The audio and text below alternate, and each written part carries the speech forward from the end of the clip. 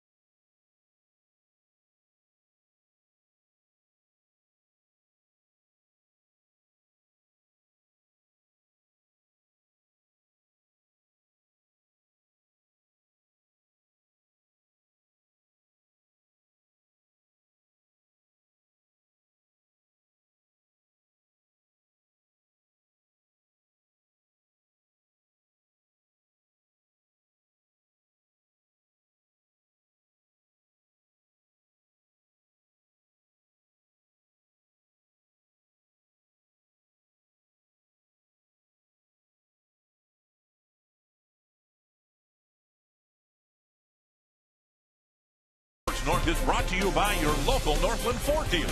Visit your local Northland Ford dealer or go to northlandford.com. And by Menards. Save big money on all your home improvement needs at Menards. Welcome back to Target Field on a gorgeous summer day. The Twins and the White Sox just moments away from first pitch. Kevin Gorg with Ron Coomer. And maybe a glimpse into what might be the starter for the American League in the All-Star game next month in Kansas City. And Chris Sale today for the White Sox. Well, you could make a case for a bunch of different guys, but Chris Sale definitely it.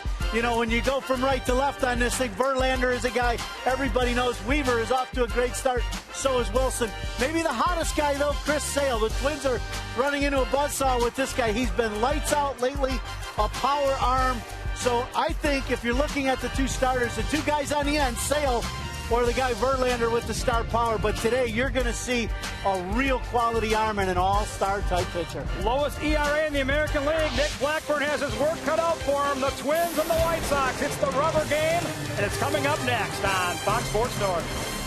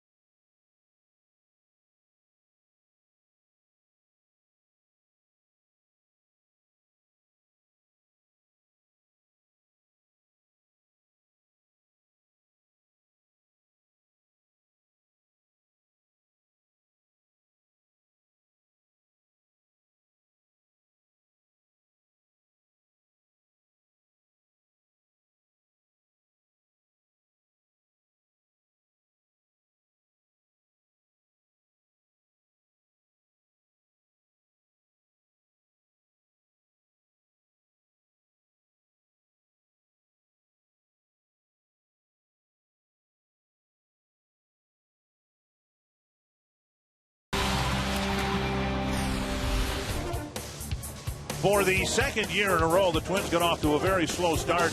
Last year, in the 2 weeks before the All-Star break, they went 9-3 and made the second half, at least the start of it, interesting. And that's kind of where they're at right now. They need to play well, win series in advance of the break to make that second half more interesting for the fans and everybody.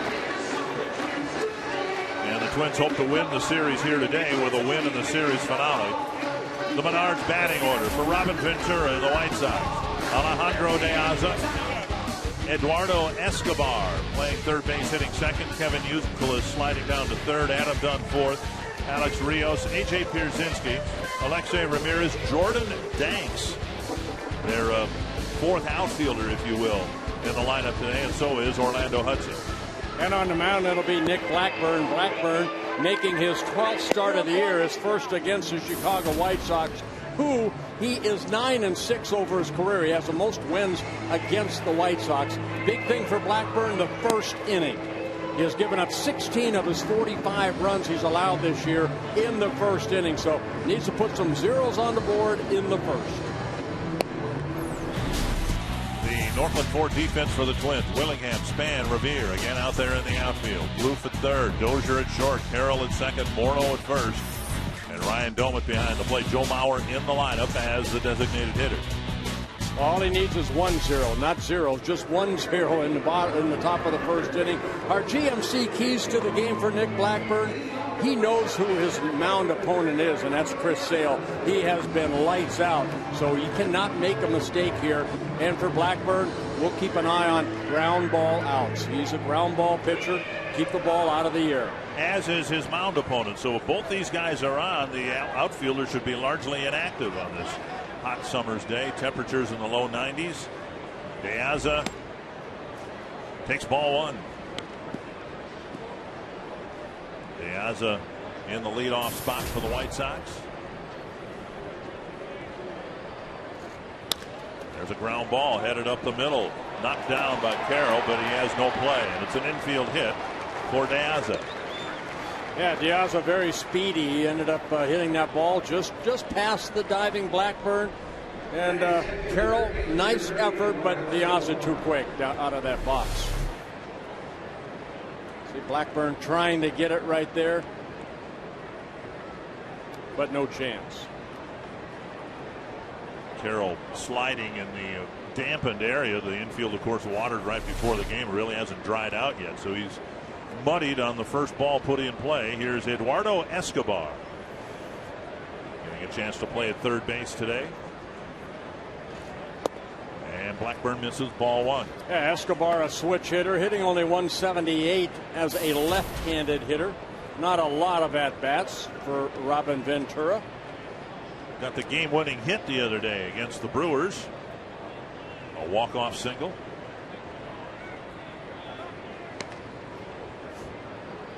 Diaz at first base, 14 stolen bases. He's been caught 5 times. Blackburn pretty quick toward home plate. There's only been 1 stolen base attempt against Blackburn this year, and that runner was thrown out.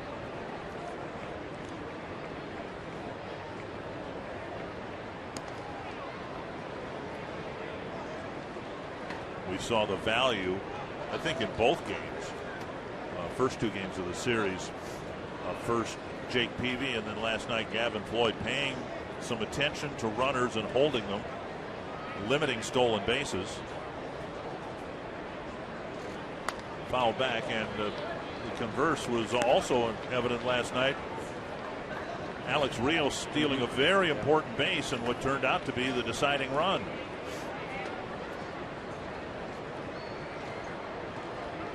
Well, like I mentioned, Blackburn pretty good at holding on runners. He's thrown over to first a couple of times. And another time. You know, that's one thing that Chicago White Sox organization, they've tried to improve, and that's their running game.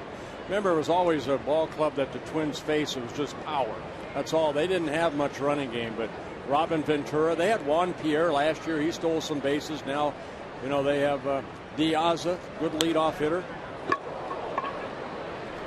ball goes to the left. The bat goes over by the Twins dugout.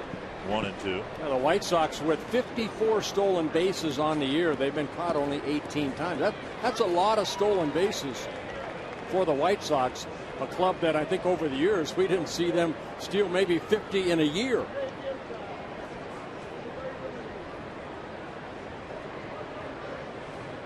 Blackburn ahead of Escobar. And a strikeout. Blackburn doesn't get many. A foul tip into Doman's mitt, 1 away. Yeah, Blackburn only his first strikeout of the ball game, but his 27th of the year in 55 innings pitched.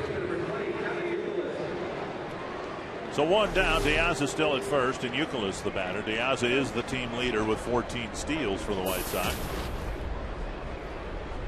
Youkilis had been hitting second, and with Paul Konerko out of the lineup, Youkilis inherits the number 3 spot in the batting order. Just off the plate, ball 1. And Youkilis just coming over from the Boston Red Sox organization in a trade, playing just his 3rd game for the White Sox.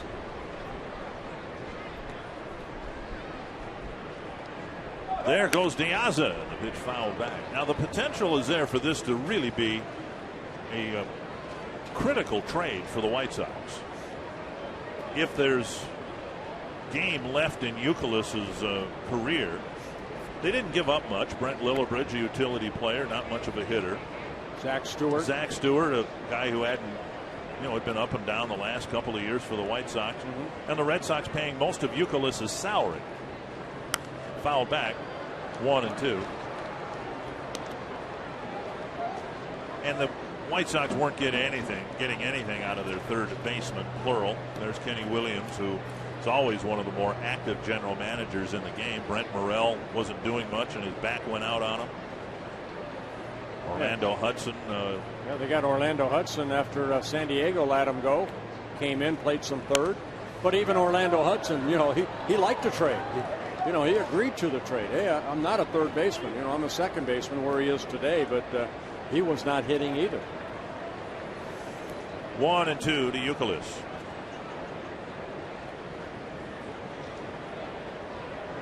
The runner aboard on a ground ball infield single. And Blackburn, when he's going good, seems to be able to get a ground ball almost at will when that sinker is sinking and not moving side to side. Yeah, there's the stolen base leaders for the Chicago White Sox. Lillibridge no longer with the White Sox. Missed inside, and it's 2-2. Yeah, in Blackburn's last outing, he had one double play turn behind him. That was only the sixth double play that Blackburn has had behind him when he's been on the mound. And this being his 12th start. 2-2. And now 3-2, and in the dirt, De Aza recognizes it early and scampers to second. That should be a wild pitch charged to Blackburn. The breaking ball just got away from Domit. And De Aza saw this ball go away and off the chest of Domit. So he scoots to second base. Full count now to Youkilis with Dunn on deck. And time called. For Blackburn, only his second wild pitch of the year.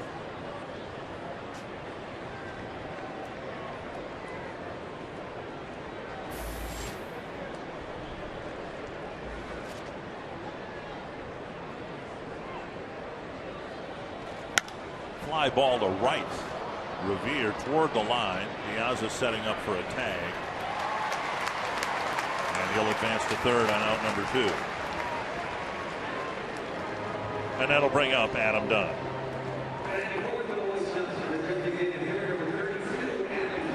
Some people have questioned, as much as Dunn is struggling right now, whether Robin Ventura would keep him in the third spot in the batting order. And Dunn, or Ventura rather, saying, yeah, he's my number 3 guy. Well, today he's hitting fourth because Konerko's out. Konerko also struggling. Yeah, Konerko getting the day off. Adam Dunn, a guy that swings hard, will strike out a lot. He's in a deep slump right now. Just 2 hits in his last 33 at-bats. And in those 33 at-bats, he has struck out 20 times. 1 for 8 lifetime against Nick Blackburn, and that was a home run. Good fastball right there. Good location. 1-1. 0 for 12 over the last 3 ball games with 7 strikeouts, but that's what comes with Adam Dunn. Leading the White Sox with 23 home runs, driven in 53.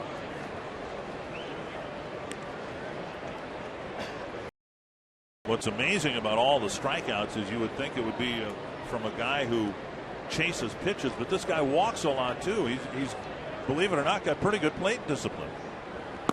And now it's 3-1 with Rios on deck. Yeah, the 53 RBIs on the year. That's 4th most in the American League. Josh Hamilton leading with 67.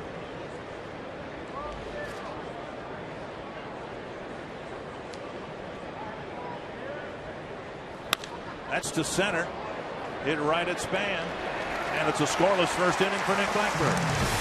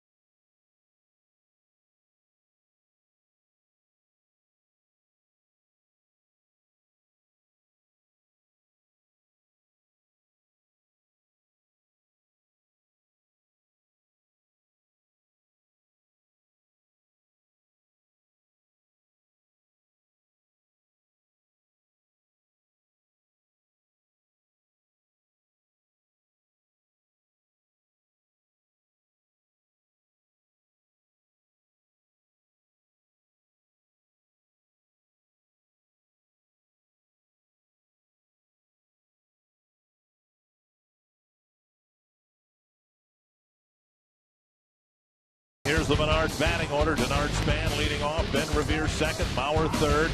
Then Willingham, another lefty. Justin Morneau fifth. Trevor Plouffe, switch hitter Ryan Domit, Brian Dozier, and then Jamie Carroll. And on the mound is a nasty left-hander, Chris Sale, making his 14th start, his 15th appearance. Great record at 8-2, the ERA 2.24, the lowest in the American League, making his second career start against the Twins. Made his first career start in Chicago, shut the Twins down. 2 hits over 7 innings, only 1 ball left the infield. A Mauer single. Well, here's Span, then Revere, then Mauer. Sale tough overall, really tough against lefties, and undaunted, the Twins start their lineup with 3 lefties: Span, Revere, and Mauer. Yeah, left-handers hitting just 172, and right-handers hitting only 202. Opponents hitting just 194 overall. Roller to short, and Ramirez gobbles it up. Over to Youkilis, 1 away. Northland Ford defense, a different look for the White Sox in the series finale. Good defensive outfielder Jordan Danks is out in left field. Alejandro De Aza in center. Alex Rios in right. Escobar getting the shot at third base. Ramirez, Hudson up the middle, and Youkilis, who won a Gold Glove at first base with Boston a few years ago, is at first base. And then A.J. Pierzynski.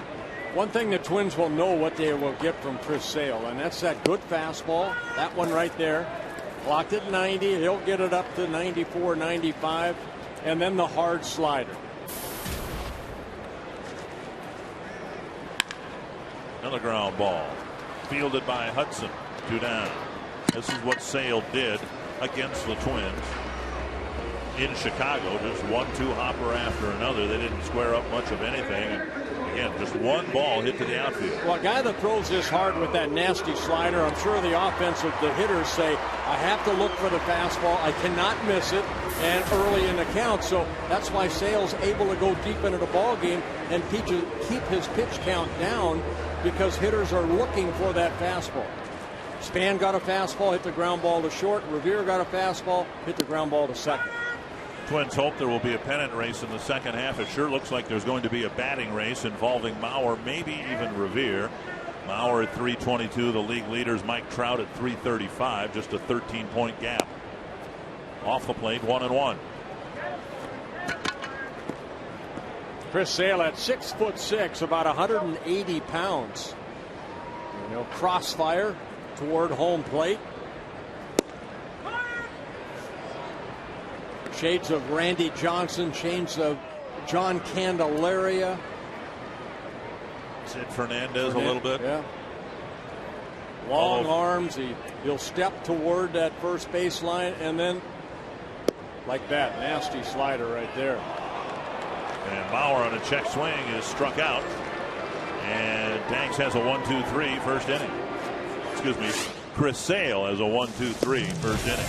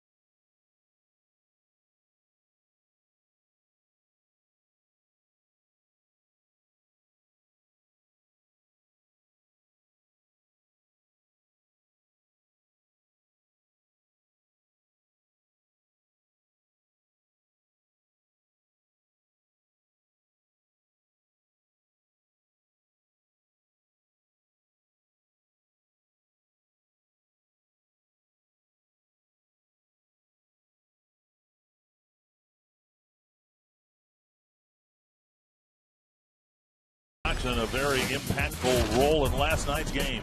Yeah, in the fourth inning off of Liam Hendriks, he got a slider up that he did not miss, hit a 2-run home run. And then in the seventh inning, got an infield base hit, then stole second, and then later scored to take a 3-0 lead.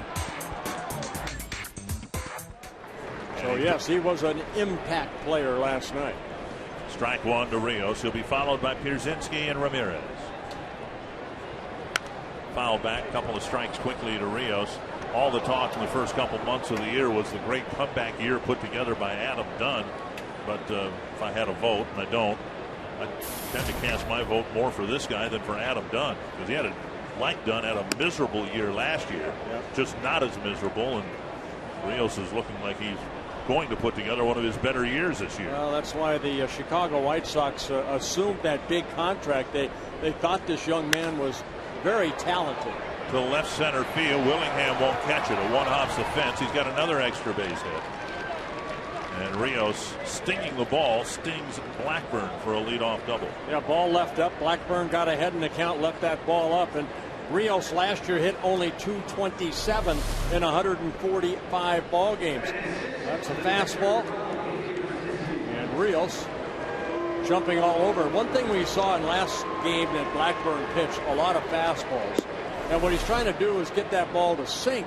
You know, the more fastballs he throws early in the ball game, hopefully will wear down that arm, get some ground ball outs. That ball had no movement whatsoever.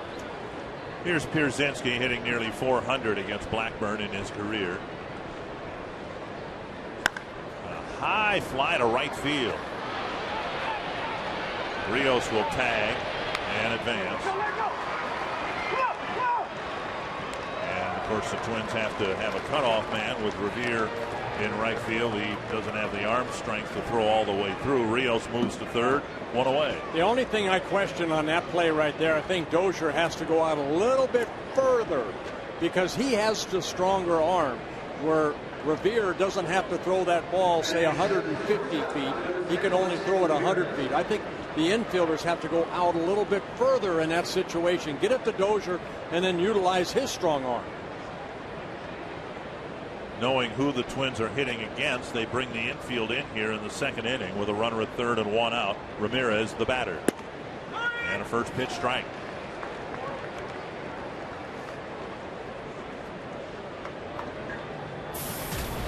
Ramirez drove in Rios with the deciding run last night. Bouncer to short, and it skips under the glove of Dozier. Might have got caught looking at the runner instead of the ball, and the White Sox get the first run on a ball hit right to Brian Dozier. Boy, you get the ground ball you want, and then it went through the wickets of Dozier. So no run batted in for Ramirez, and an error charged to Dozier. Yeah, that ball, I don't know, maybe he thought the ball was going to come up. Maybe he did pick up the runner at third, but the ball stayed down, scooted underneath his glove. And for Brian Dozier, that's his 11th error of the year at short. Jordan Danks, the brother of John Danks, hitting eighth for the White Sox. And there's a base hit grounded through the right side. Ramirez will hold at second base, and Revere comes up firing. We saw some teams take liberties with Revere's arm on ground ball hits like that automatically, it seemed, going from first to third, but here Ramirez just kind of glided into second base. Well, I think he had to hold up right here, make sure that that ball got through. Take a look right here. For that split second, Revere charges the ball quickly and gets it back in. So Hudson will hit, the number 9 batter and the former Twin.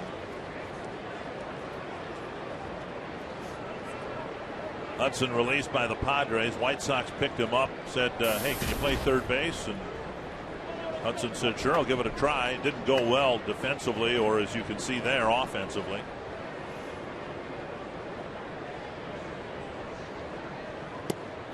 Strike on the outside corner. So as reports spread throughout baseball that Youkilis would be available, he was the perfect fit for the White Sox, because they didn't have anybody internally who they felt comfortable with moving forward in what they hope will be a contending season, 1-1. Oh, with Brent Morrill on a disabled list, they don't know if he's going to be able to come back from that back injury. Orlando Hudson with the Twins in 2010, a couple years ago. He played in 126 games for the Twins, hit 268. 1-1 to Hudson.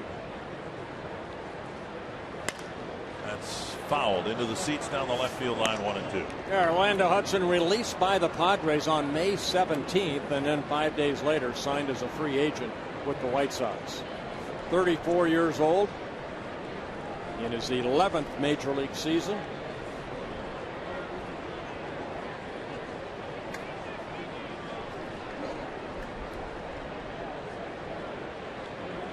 One and two. The number 9 batter. And another foul. Blackburn right now getting some balls up. If you miss like that last pitch, you have to miss down in the strike zone. That's where he'll get ground balls. Ron Gardenhire saying this morning Blackburn has to stay on top of the sinker to get it to drop down. If he drops down to the side at all, then it moves laterally but not down. It flattens out. Yep. There's a short fly ball to left. Hit right at Willingham. And that's out number 2. So both outs here in this second inning, when we've seen some pitches up, have come on fly ball outs. Coming up in July, it's the Midsummer Classic, the 2012 MLB All-Star Game, July 10th from Kauffman Stadium in Kansas City, 6:30 Central on Fox. Ron Gardenhire was asked this morning, who does he think his All-Star or All-Stars are? And the first name on his list, Josh Willingham. And within the discussion, that it included some middle relievers, and we know that probably almost certainly is not going to happen. And a list that included Joe Mauer. Ron Gardenhire said he thought Denard Span had the best year, consistent year for the Twins all year long. In essence, saying that Span was the team's MVP. 1-0. And now a strike. A change up right there. It'd be hard for me to toss up between Willingham and Span. I think both of them are right there. In each case, it'd be a first-time All-Star.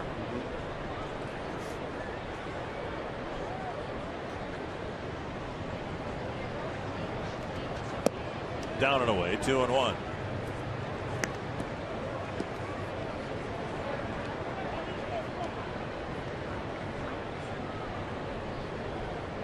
The single by Danks probably means that the run here in the first inning will be an earned run.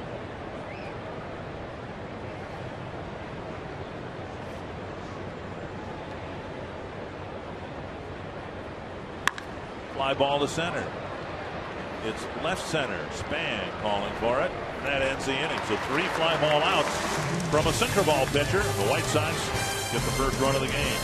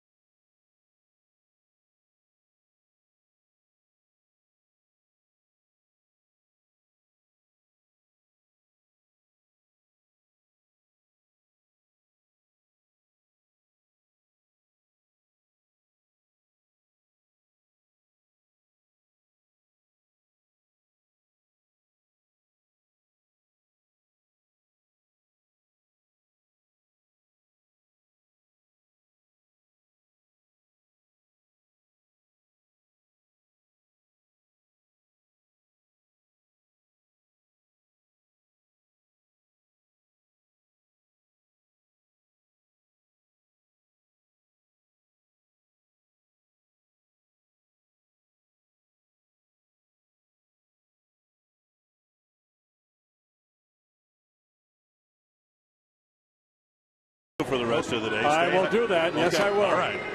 Especially after the ball game. I don't want you to get overheated. No, thank or you. dehydrated. Thank you. Josh Willingham will lead off the second. He'll be followed by Justin Morneau and Trevor Plouffe. I appreciate the concern. Yeah. It's very nice. Willingham will be the leadoff man here in the second with the Twins down a run 1-0. First right-handed batter that Sale has had to face, and that I think was his changeup. Now the White Sox have encouraged Sale to try to use that pitch as a secondary pitch a little bit more to the exclusion of his slider, not to the exclusion of it, but because he's had some elbow issues, they want him to limit the number of sliders that he throws. Yeah, he's got a nasty slider, and that's a great pitch for a strike one type pitch. Just take something off at 86 miles an hour, get it over the plate. Here's a fastball. Up and away, 1-2.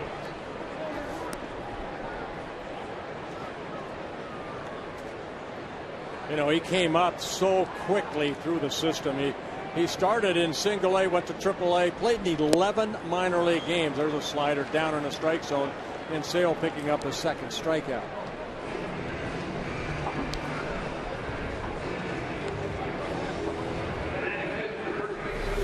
Let's take a look at this pitch right here. That might have been the changeup right there. Yep. 80-mile-per-hour changeup. Yep. Yeah, good changeup, great location. So you're looking fastball, slider, then he drops a changeup. Here's Morneau. Half swing and home plate umpire Paul Schreiber says he went. One strike. We all know about Morneau's struggles against left-handers, and Sale about as nasty as they come. 1-1. And Morneau came to the ballpark today and said manager described his phrasing it this way: I want a piece of this guy. So we'll see.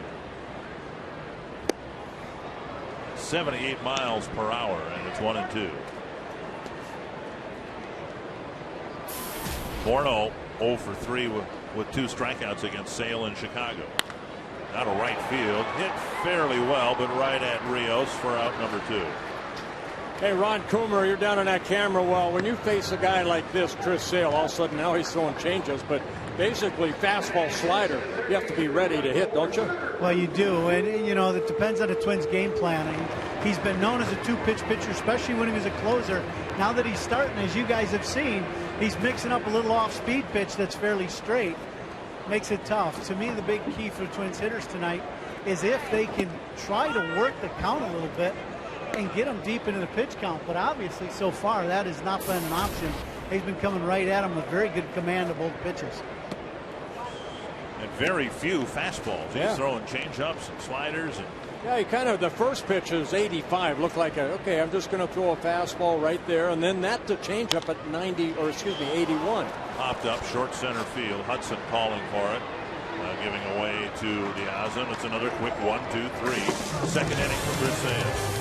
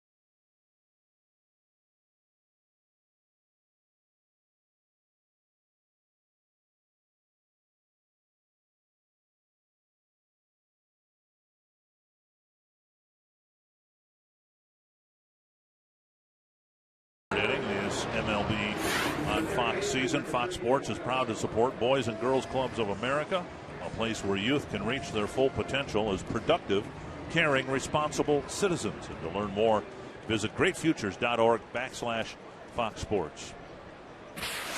Eduardo Escobar leading off the third inning on a hot summer afternoon here at the ballpark.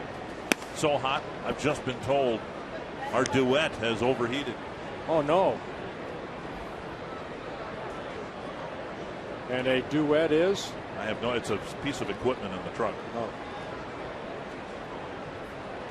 I thought it was like Ann and Nancy Wilson from Heart, but that's.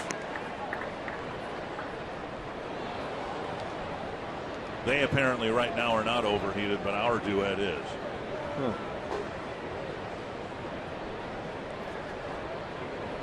So if you're missing some graphics on your TV screen, it's because our duet is overheated.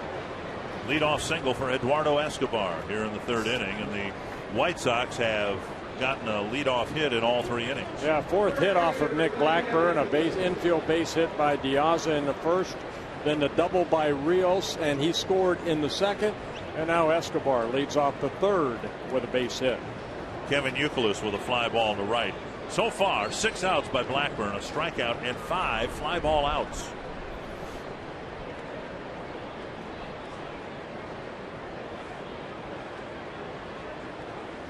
Swings through a breaking ball. In Blackburn's last start in Cincinnati, he went through the entire Reds batting order the first time, throwing nothing but fastballs. Here, at least, he's mixing an occasional off-speed pitch in.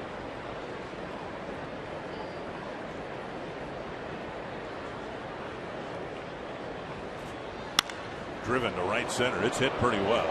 Revere going back, hoping for a bounce, and he'll get one. On to third is Escobar. They're going to wave him in. And the throw coming to the plate.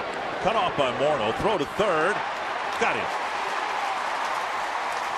A double cutoff with Revere firing the ball to Carroll.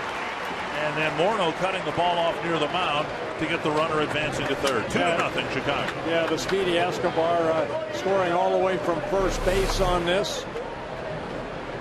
And the ball down in the zone, but over the head of Revere, off of the scoreboard out there. He gets it back in quickly, and you hit the cutoff man. Justin cutting it off, flipping it over to Plouffe, and getting Youkilis for the first out. But Youkilis be credited with a double and driving in a run. Dunn's fly ball out towards Denard Span, caught, and Dunn's retired on 1 pitch. So Dunn has made contact today against Blackburn, but with the exception of Escobar's swinging strikeout, every out has been recorded on a ball hit to the outfield, including the double by Youkilis. And now here's Rios.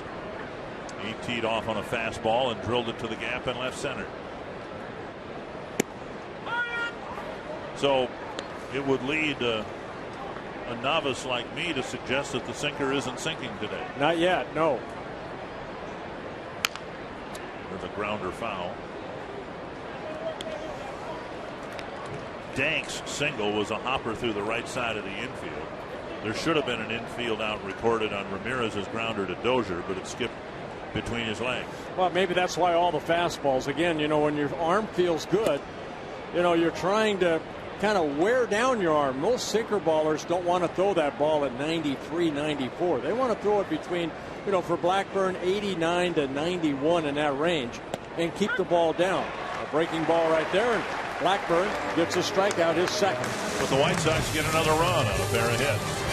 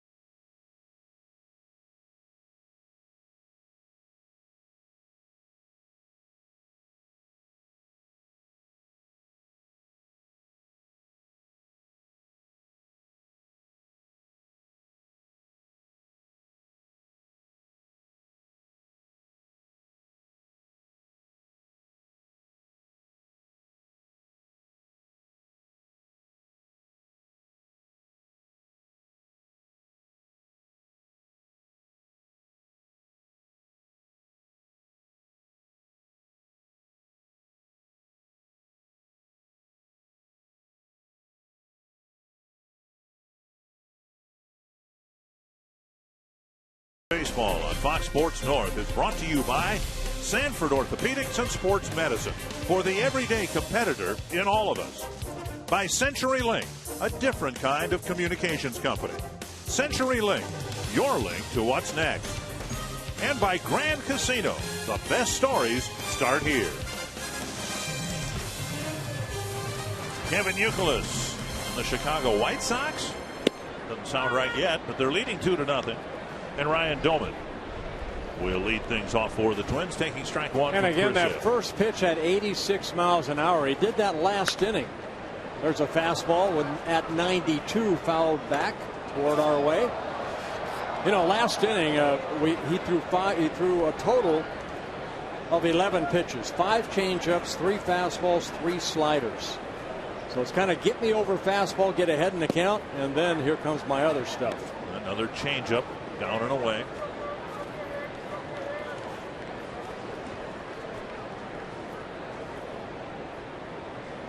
That one ripped to left field. Danks going back. This ball is off the wall. Doumit to second. And he'll go in with a stand-up double. Now Danks' reputation is that he's a really good left fielder. But he didn't get a real good read on that ball, and the ball missed his jump. Well, he got back there just when he leaped. The ball just didn't hit his glove. A good effort right there by Danks, having to crash into the wall. That fastball left up, and Danks going back, and the ball looked like it just the side of his glove. It even hit the thumb of his glove. Yeah. So a leadoff double here in the third.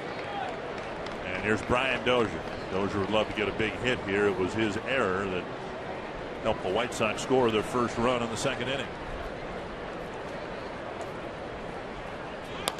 Bunted in the air, foul. Ron Gardenhire suggested the Twins might try to do some bunting to get Sale more active on the mound, make him run around a little bit. And this is the first bunt attempt the Twins have had so far today. Well, that brings in Escobar to the third baseman, and it cuts down his range a little bit.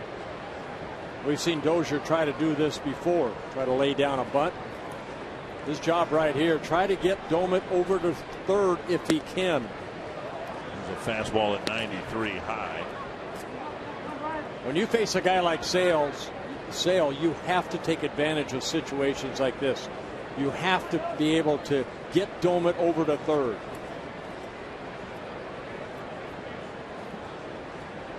And that situational hitting was the Twins' downfall last night early in the game against Gavin Floyd. Nice ninth inning rally. The Twins came up a run short, but they should have had a couple at least in the first 3-4 innings. Doumit at second. And Dozier now with a 2-1 count.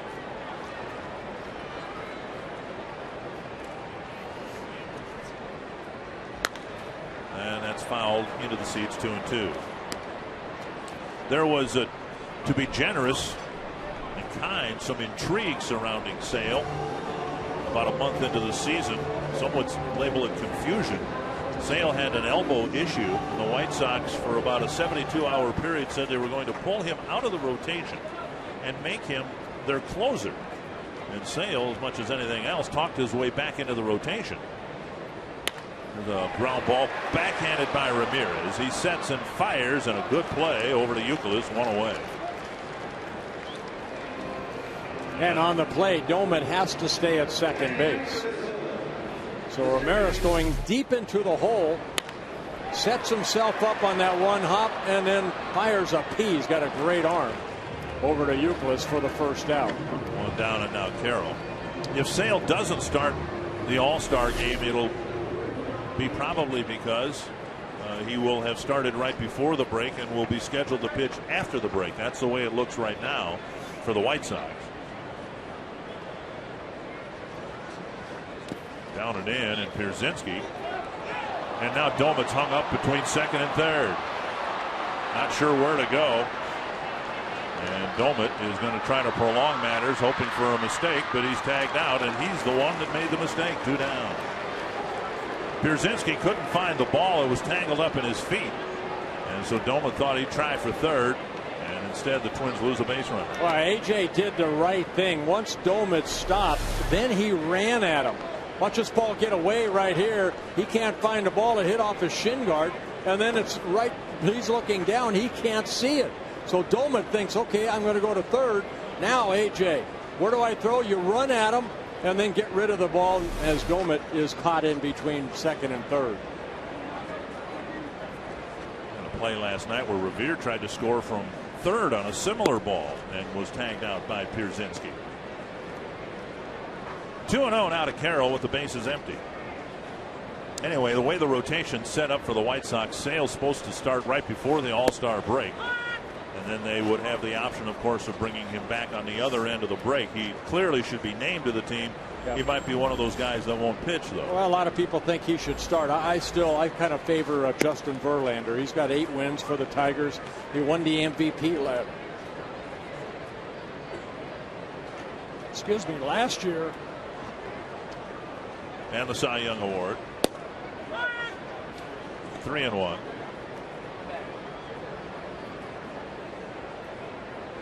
And I'd be surprised if Verlander isn't named to the All-Star team and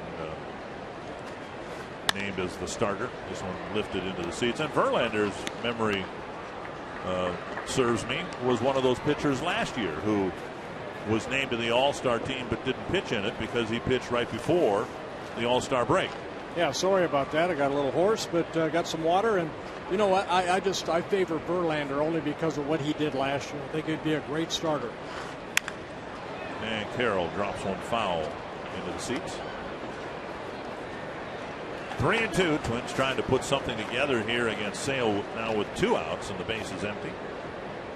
Yeah, Carroll got the big hit last night that gave the Twins a chance. He knocked in a couple runs in the bottom of the 9th inning. And Carroll takes a walk, and that'll bring Span to the plate.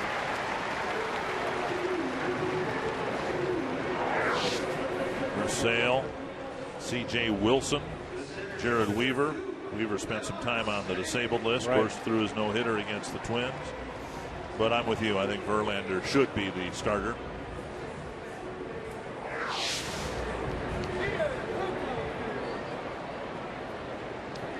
See if the Twins can take advantage of the 2-out walk.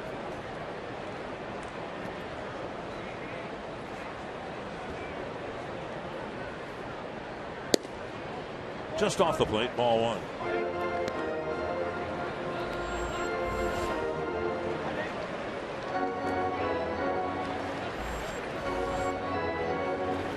Span turned some fastballs around here, driving the ball hard as of late, hoping to get an extra base hit here, maybe get Carroll around the bases. What have you noticed from Denard Span? He doesn't use his legs hardly at all. He has no stride, but he's still able to generate some power.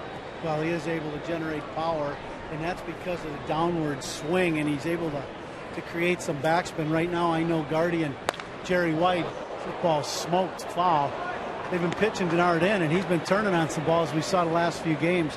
But I know Gardy, Jerry White has been talking to Jamie, and I know they kind of got Denard's attention. I know they'd like to see Jamie try to take second base right here.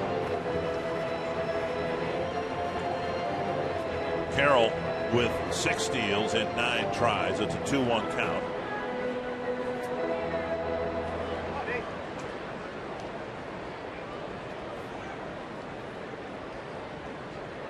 Popped up weakly towards second base. Hudson calling for it. Twins get a lead-off double, but Domet is erased on the bases, and it's 2-0 Chicago.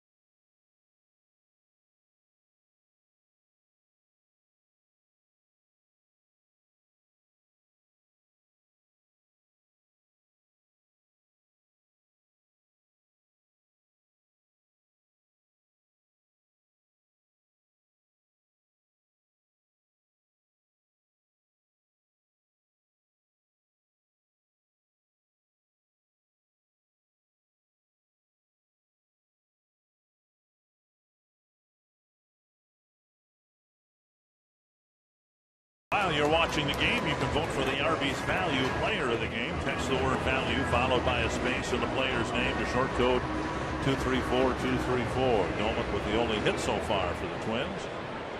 They hope to change that as we go to the fourth inning. A.J. Pierzynski leading things off. Pierzynski with a fly ball to right. And there's strike one. 9 outs recorded for Blackburn, and he has yet to get a ground ball out. Yeah, the only ground ball was off the bat of Ramirez, the on-deck hitter, and that went through the arms or the legs. There's his first ground ball out right One there. down. Of Dozier. And that'll bring up Alexei Ramirez. Let's take a look at the pitch right here that created really the second ground ball. Looked like a breaking ball. And Pierzynski beating it into the ground for the first out. And that'll bring up Ramirez, who hit the ground ball to Dozier. The Twins had the infield in with Rios at third and 1 out. And now backhanded nicely by Plouffe. And across to Morneau. So 2 quick ground ball outs here in the fourth inning. You can enjoy the best that Target Field has to offer with your group of 25 or more. No deposits required for a 2012 group outing. Just reserve your best guess number of seats today, paying only for the number of tickets you actually need. You'll be seated together. Your group's name will appear on the scoreboard here at Target Field. So organize your church group, business group, school or sports team. Call 833 Twins and ask about a Twins group outing. Strike on the outside corner to Jordan Danks. Yeah, his brother John Danks, a left-handed starter for them, currently on a disabled list. Pretty cool that 2 brothers are getting to play together at the major league level. I'm just envisioning Danks rejoining the rotation, maybe giving up a ball, a drive like the one Doman hit. Danks is out there. He doesn't quite make the catch. I mean, that's going to change the family dynamic a little bit there, isn't it? May not be any brotherly love. Well, the White Sox made the decision to go with Danks, who they feel has a higher ceiling than Kosuke Fukudome, who they just released. Yeah, Danks getting called up on June 7th in his rookie season. And Doman was on his way to the dugout, went through the formality of asking Mike Everett, who said, yep, that was strike 3. And Blackburn has a 1-2-3 inning.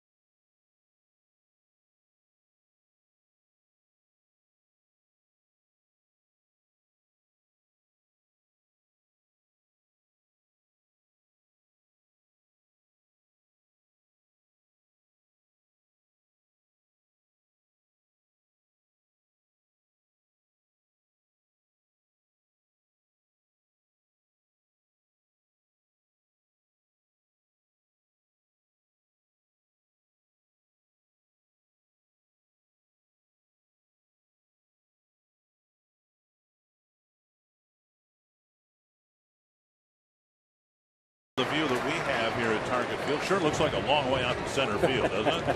Yeah, beautiful view right here. Here we have our Circle Me Burt guests. Get in here. The Michaels from North Mankato. They are celebrating their 25th wedding anniversary. 2 of their 5 children are with them here today. So happy anniversary, you 2 lovebirds. Ben Revere to lead things off, taking a strike from Chris Sale. And now a drive to right center field. It'll be a long run for De Aza. And he makes the catch. So Revere hits it about 390 feet from home plate, but it's the first out of the fourth inning. Yeah, that ball had some hang time right there and allowed Diaz to utilize his speed to catch up to it. So one pitch, one out here in the bottom of the fourth inning for Chris Sale. 41 pitches thrown. You know, with all the intrigue, confusion surrounding Dank's status, we mentioned, or not Dank's, Sale's status, it's obviously worked out quite well for the White Sox. They put him back in the rotation. He's been fairly durable. Swing and a miss by Mauer. When you go back to the offseason, there were 3 hard-throwing relievers that were asked to convert to starters in the American League. Daniel Bard of the Red Sox, and he was struggling and sent to Pawtucket. Neftali Feliz, who's on the disabled list now for the Rangers, and when he comes back, he'll come back as a reliever, not a starter. Sharply hit and into center field. Mauer with a smash off the mound. Well, they have a good lefty right here in Chris Sale. This is what he did in college just a couple years ago at Florida Gulf Coast University. He was a starter. He came up through the system, again, only 11 games in the minor leagues before making his debut a couple years ago for the White Sox. And first in ERA in the American League, strikeouts 10th, road ERA. He's 4-0 so far on the road for the White Sox this year. Here's Willingham, went down swinging his first time up. Big swing and a miss. Again, another off-speed pitch. Yeah, changeup right there. Now, when he was a starter, he had a changeup, and it was one of his better pitches. He said he just scrapped it when he was pitching out of the bullpen, so he's trying to rediscover that pitch.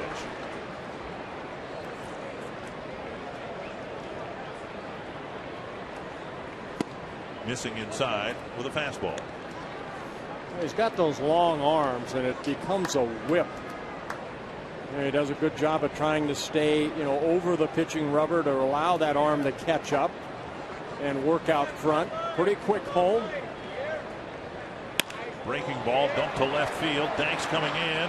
Diving catch in left field.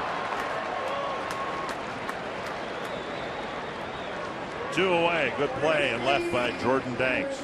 Yeah, that ball too also hung up a little bit. It didn't have that top spin on it, and it allowed Jordan Danks to come in and fill a little gap right there. Nice running catch for the second out.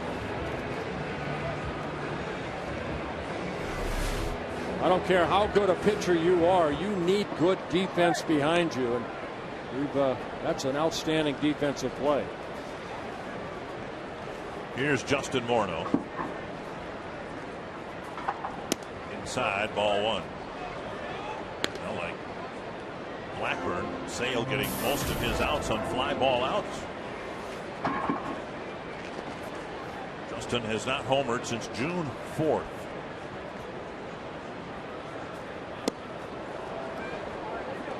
Big swing and a miss at the breaking pitch.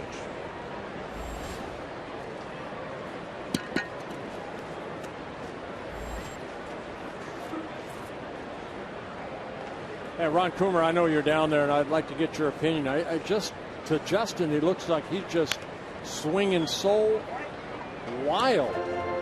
Doesn't seem like he's under control at the plate. That previous breaking ball, it looked like, he was just, his feet were moving, everything was all over the place.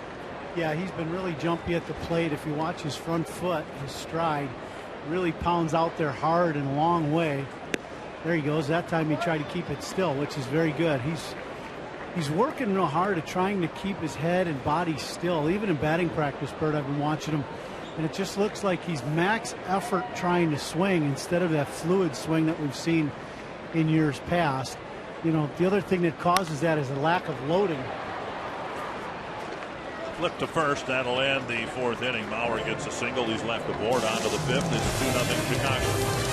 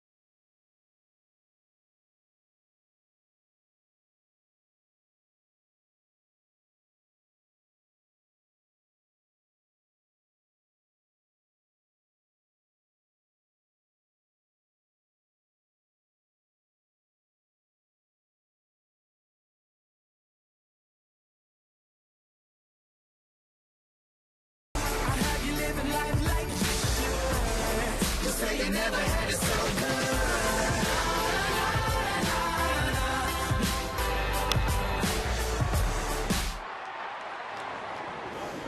Happy anniversary to you, Lovebirds, too. 55 years. You are hereby circled. Must be the thing to do here today on your anniversary. Come to a Twins game. 1-0 to Orlando Hudson, leading off the Chicago fifth against Nick Blackburn. A couple of runs, both of them earned. And a pop-up wide of third. And Dozier with the catch in foul territory, one away. From here, the White Sox go to New York for a 4-game series to play the Yankees. They won't face CC Sabathia. Sanford Health injury report. We can tell you that the Yankees put Sabathia on the disabled list today with a groin strain. Yeah, that's a big loss for the Yankees. Even though the Yankees have that lead, you lose your #1 pitcher. You see the Yankees with a 4-game lead now over the Baltimore Orioles. Yankees with the best record in baseball. Here's De Aza taking strike one. De Aza singled, went to second on a wild pitch, was left at third base in the first inning, but then the White Sox got a run in the second and another one in the third. Strike two.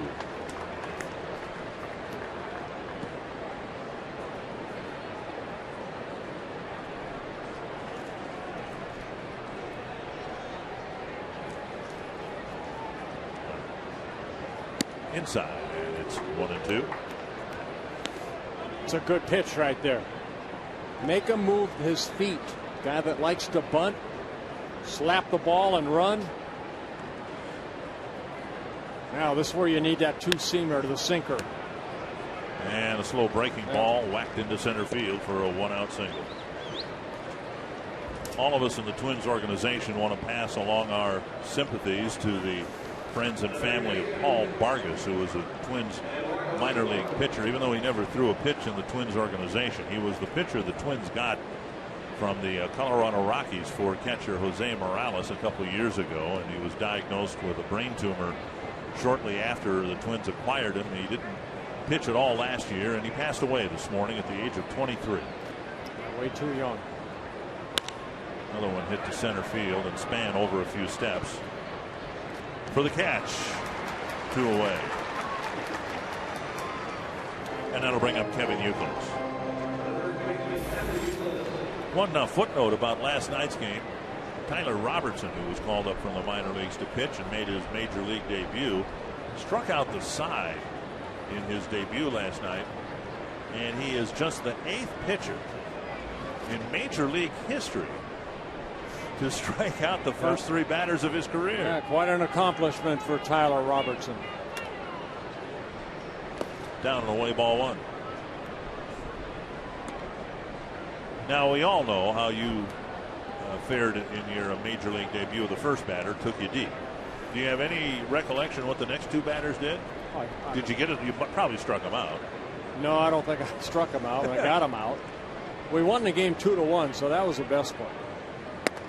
Up and in, 2-0. After that, after the home run, of course, you know, I talked a little bit about in Coomer. I brought it up, and I know he brought it up in the pregame. You always remember your first batter you face, if you're a hitter, who the first pitcher was, and then you remember your first hit. You know, if you're a hitter, and as a pitcher, you remember your first win. Now, Ron Coomer, you're down there. Who was the first major league pitcher that you faced? Mark Clark of the Cleveland Indians in 1995. And your first major league hit was off of? Was off of Mark Clark 2 days later in Cleveland. And boy, he pitched every game, didn't he? He was he was their middle guy, and we ended up getting into him, and I got a base hit. This one hit down the line. It's a foul ball. Well, Macomb, fans want to know, how did Mark Clark fare against you, or you fare against him in that first at bat? You really got to bring that up? Well, I'm sorry, you just kind of glossed over it there. I kind of did, but that's okay. I ended up just missing hitting a home run, and then I hit the next pitch and one hopper to the second baseman for a double play, and we were off and running. Well, at least, you know what, that helped you, I'm sure, in your next at bat against Clark. You knew what to look for. It did, and I don't know if I remember, other than just putting on a big league uniform and being so excited about playing in the big leagues after a long time in the minor leagues. I didn't care who was on the mound. I was going to be swinging. I was going to ask, because I know the adrenaline. I mean, it's a high that it's hard to explain what you're going through, because it's a dream that you have as a young kid and signed to play in the big leagues, and all of a sudden you're there, and wow, I mean, what an exciting moment. Yeah, it was amazing last night to watch Robertson throw and be able to execute pitches like he did, because we all know, everybody who puts this uniform on, the adrenaline rush is incredible. My back leg started shaking so bad when I first got in the box, I had to call timeout. Can't hit this way, guys. Runner goes and the pitch lined into center field. De Aza around second. He'll go to third. And the White Sox now with a threat, first and third, 2 away in the 5th inning. Yeah, the hanging breaking ball right there. Euclid gets his second hit. You can ask a question online at carsoup.com/baseball. Luke Forrester of Crystal wondering what percentage of Adam Dunn's at-bats are strikeouts. Yeah, that's for this season, and over his career, right around 33%. So 1 out of every 3 at-bats over his career, he has swung and missed for strike 3. And in an overall slump and a strikeout slump, if there is such a thing, he takes strike 1. Dunn is just 2 for his last 35 with 20 strikeouts. And he's not hit a home run now in close to 2 weeks. So he's been stuck in 23 home runs for a while. 388 career home runs for Adam Dunn. 1 and 1.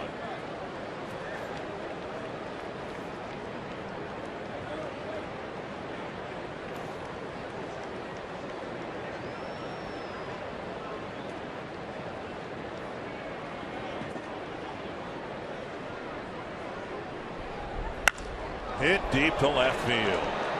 And a 3-run bomb off the facing of the upper deck.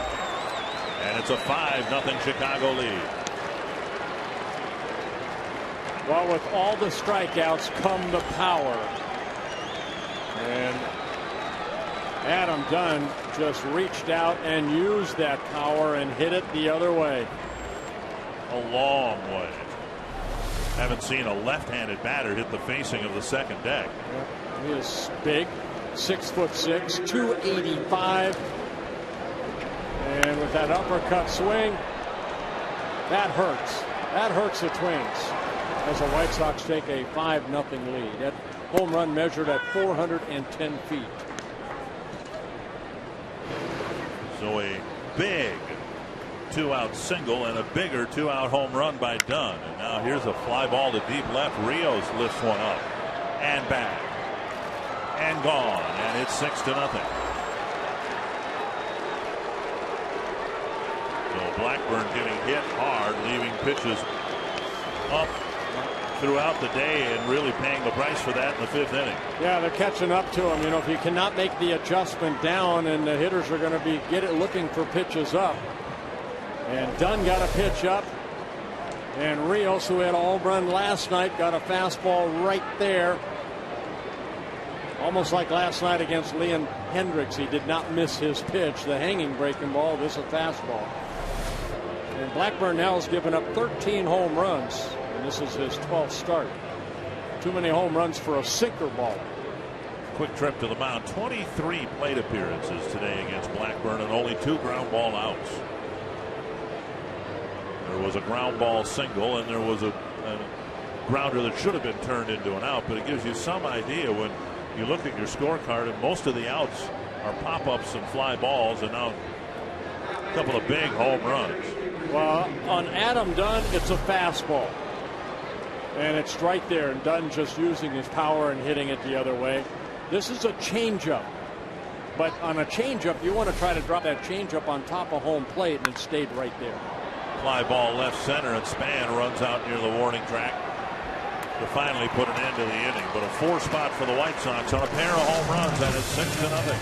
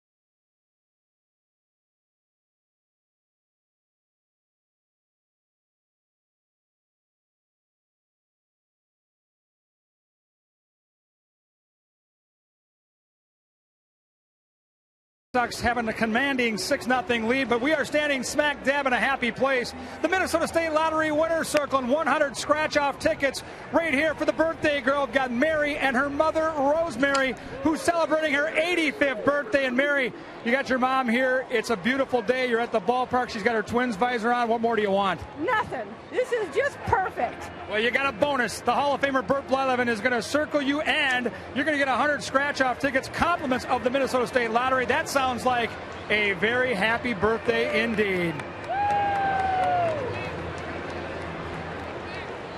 All right, thank you very much, Kevin. Chris Sale beat the Twins 6-0 in Chicago in May. Now he's got another 6-0 lead. Happy birthday, young lady. Trevor Plouffe taking ball one. Plouffe with a fly ball to center his first time up. Driven down the right field line. It'll twist foul. 1-1. Well, Sale throwing strikes, 55 pitches, 39 have been strikes. There's that changeup, and he backed it off to 79 miles per hour.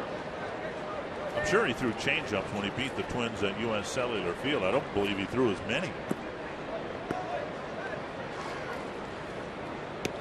Well, what you can do if he has that much confidence in that third pitch, that changeup, you know, he's had some quick innings, 8 in the first, 11 in the second, 21 in the third, and then 13 in the fourth. So you want to average right around 13, 14 pitches an inning. That'll get you into the 7th, 8th, hopefully the 9th inning. Fouled straight back with a fastball. I'm guessing, of course, but I would venture to say he's throwing more off-speed stuff than fastballs here today. Yeah, there it is by inning right now at 59 pitches.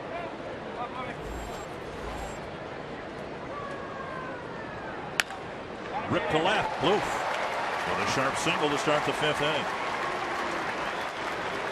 That'll bring up Ryan Doman. AT&T trivia. Who was the last White Sox pitcher to win the American League ERA title? Good question. If it's the guy I'm thinking of, he had a son pitch in the big leagues. Here's Doman. Reached across the plate, hooked a double off the fence and left. Now Tapper right in front of Escobar. And a double play. 5-4-3. Doman's retired. 2 away.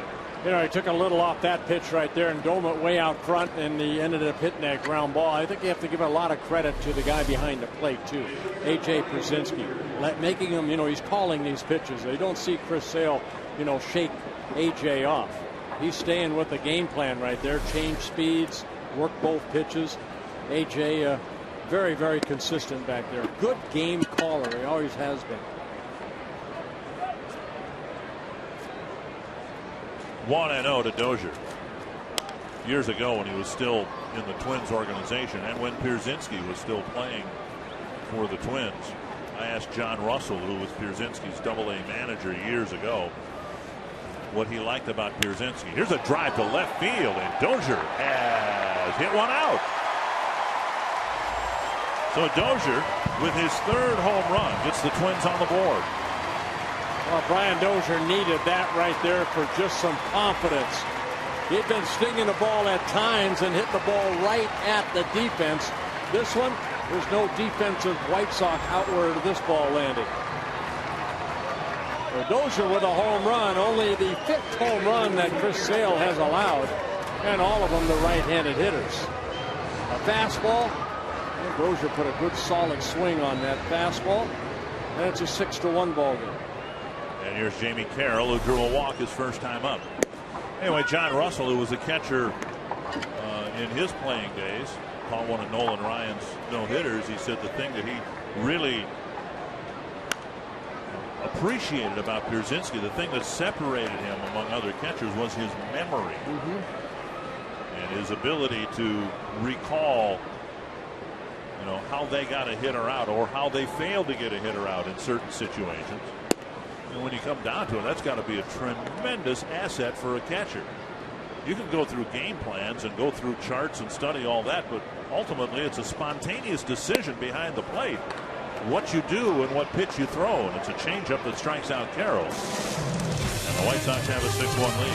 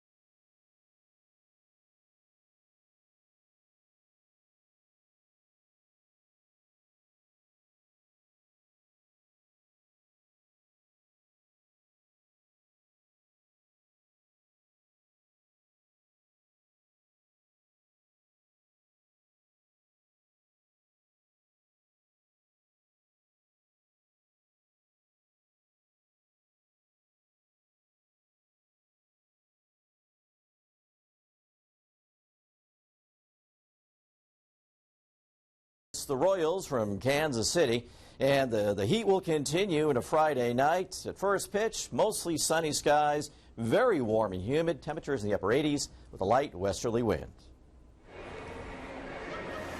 And by any means necessary, try to stay cool. 86, they said it's supposed to get up into the low 90s and feel like 100 degrees because of the humidity, the dew point. And you promised me now you will hydrate after the game. Yes, I will. Alexei Ramirez will lead things off against Jeff Manship. Yeah, Manship coming in out of that bullpen, making his 8th relief appearance. 9 2/3 innings since getting called up from Rochester. 3 walks, 5 strikeouts. He's allowed 13 hits and 4 home runs. So a problem for Manship. He's had a tough time keeping the ball in the ballpark. Nick Blackburn, again, worked 5 innings. He just hasn't been able to go deep into the ball game this year. All 6 runs are earned against Blackburn. Is it too simple to suggest that his sinker is not sinking? It's not sinking. I don't know if they're not, maybe the pressure points or something's not working. Ramirez with a single left, leading off the 6th inning.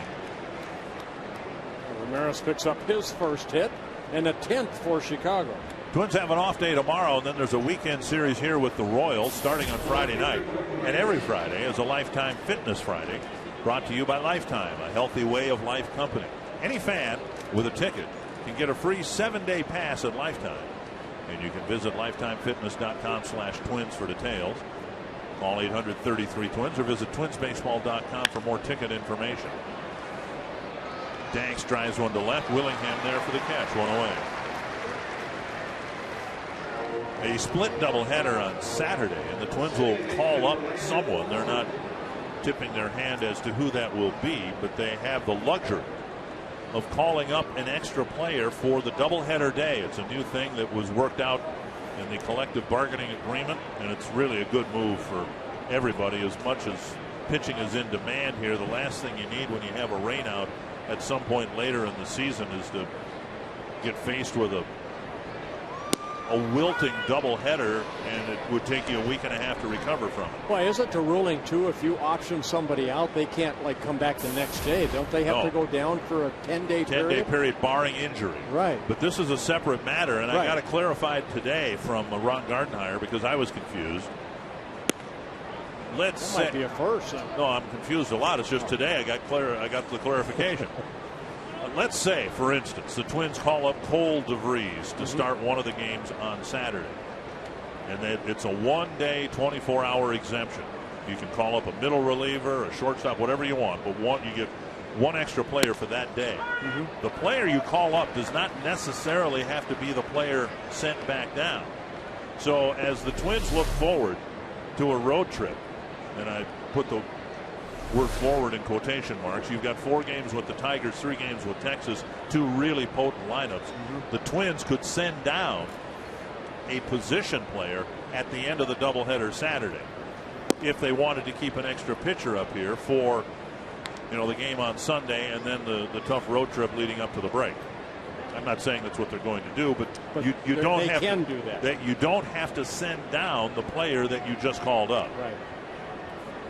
2 and 2. No. I'm glad that's in there. And down and away to Hudson. Now you were confused about that. Now aren't you clarified? Oh, yes, fully. And I'll ask it the same question again tomorrow. Don't forget. De Aza on deck. Maybe not tomorrow, but 7th inning. Playing in Harmon Killebrew's golf tournament tomorrow. That's right. Runner goes, and the pitch grounded through the hole to right. Ramirez round second. He'll go to third. So Hudson gets his first hit. We said earlier the 2-week stretch before the All-Star break last year was critical for the Twins. They went 9-3, got to within 6.5 games of first place, and they were poised, they hoped, for a good second half. That didn't happen, but here's the schedule leading up to and then right after the All-Star break. Yeah, that's what's nice right there for the players. They have 4 days off for the All-Star break. So 4 in Detroit. Kansas City coming in for 4 games and had 3 days, but then 4 in Detroit, 3 in Texas. Then they'll open back up here against the Oakland A's right after the break on Friday. Tigers and Texas playing tonight, with that series tied at a game apiece. First and third, 1 down. And the ball sliced foul by De Aza. Twins playing the infield back, hoping for a double play grounder. Yeah, here it is, the top of the 6th inning, and De Aza hitting for the 4th time. 11 hits for the Chicago White Sox. Everybody has at least 1 hit, except for A.J. Pierzynski, 0 for 3 so far.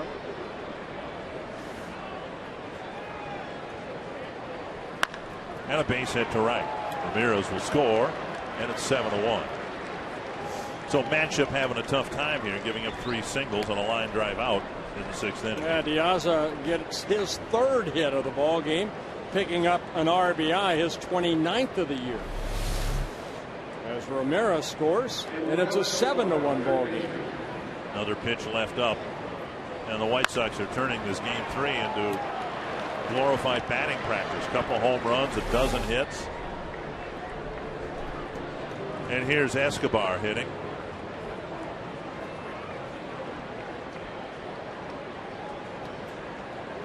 Escobar with a single and a run scored.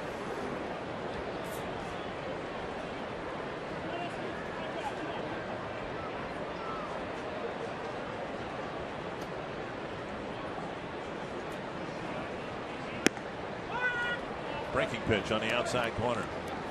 Yeah, Escobar, a youngster, just 23 years old, from Venezuela.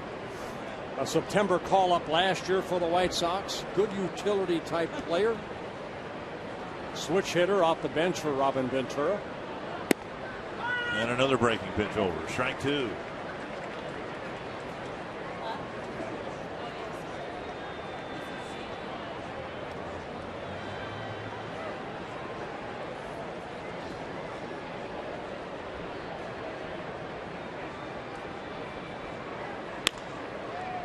Nice pickup by Plouffe. Over to Carroll, and no chance to get Escobar as he flies down the line. He'll get 1, not 2. And on the play, Hudson goes to third. Boy, that's just flat out hustle right there, because that's a tailor-made double play. Escobar hitting it sharply to Plouffe, who gave Carroll a very good feed, and Carroll a good throw over to first, but it's the hustle of Escobar that stays out of the double play.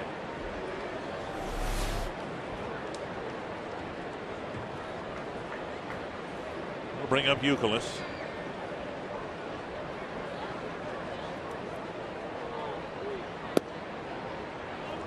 low ball one. Yankees and Indians are wrapping up their series. New York leading Cleveland 2-1, top of the 5th inning. And the Yankees put CC Sabathia on the disabled list with a groin strain. Just off the plate, 2-0.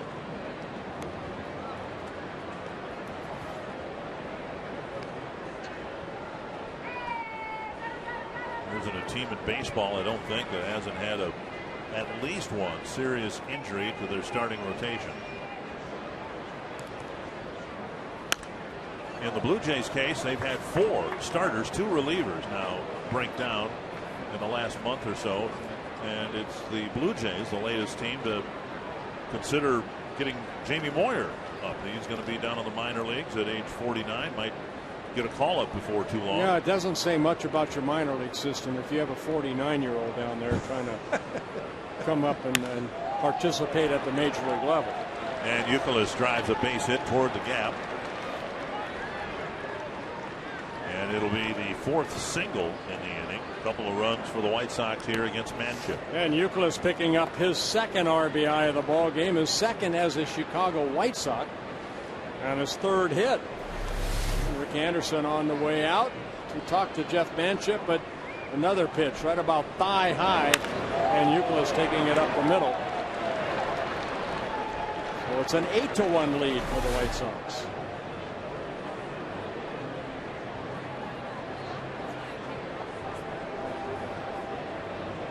Well, Dunn will come up with 2 men aboard again in the 6th. He came up in the 5th and hit it a ton. This was a bomb, wasn't it? Yeah, that's a bomb right there. I mean, this guy is huge anyway, and he's so strong. And when he does make contact, that ball flies off his bat. That's a bullseye right there. Like you mentioned, you know, have we seen any left-handers do that? I have not. The other way here at Target Field off the facing. Measured at 410 feet the other way.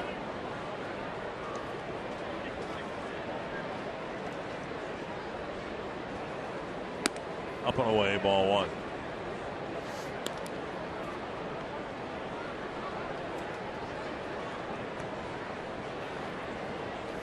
Well, with a guy like Dunn, you take the good with the bad. The good, you know, he's got 389 career home runs. The bad, yeah, he's strikeout prone.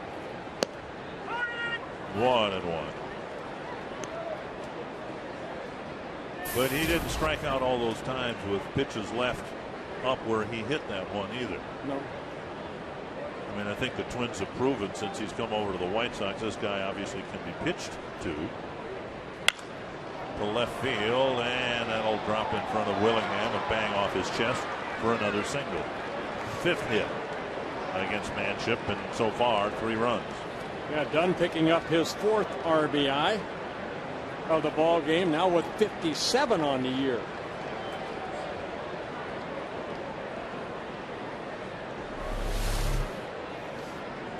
Manship, like Blackburn, having a tough time getting that ball down in the strike zone.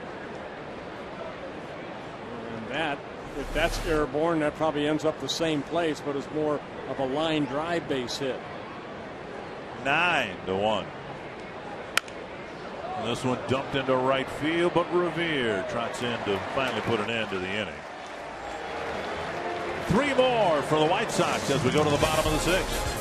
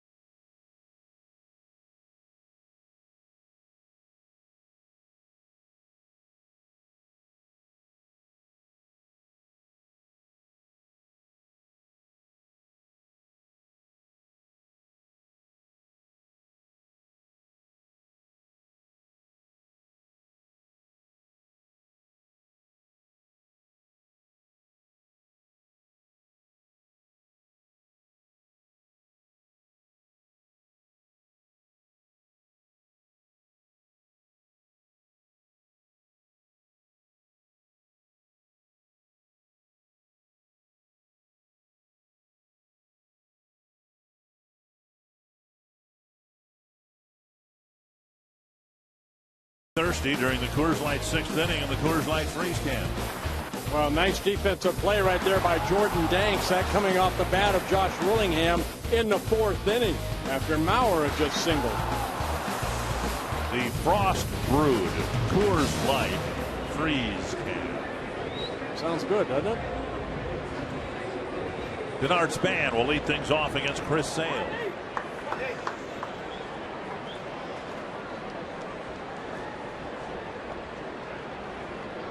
Span in the ball game, 0 for 2. A grounder to short and a pop up to second. 1 strike. Well, 19 batters face. Chris Sale, 14 first pitch strikes. Swing and a foul, 2 strikes. And he has done it with different pitches. A slider, the off speed, take a little thing off the fastball. 14 of 19. And Sale came into this ball game over his last 7 starts 5-0 with an ERA at 1.61. Driven to the gap in right center. Span will have an extra base hit. It'll roll to the wall. And Span around second on his way to third. He's got a triple.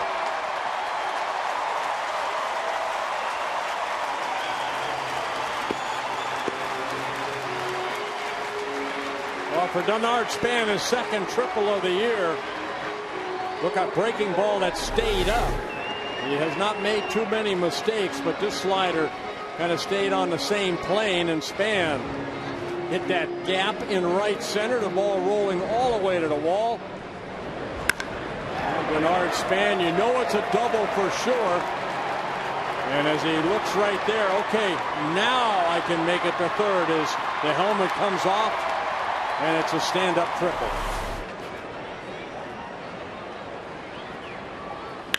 And now Revere toward the line. Danks with the catch, and Span's going to try to tag. Here's the throw. Not in time. Revere gets a sacrifice fly.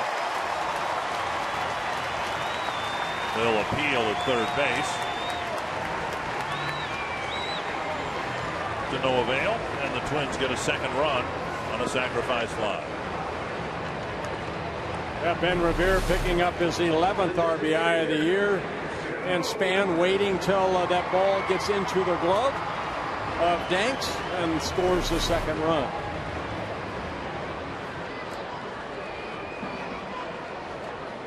Here's Mauer. Strike on the outside corner. Mauer with a single his last time up.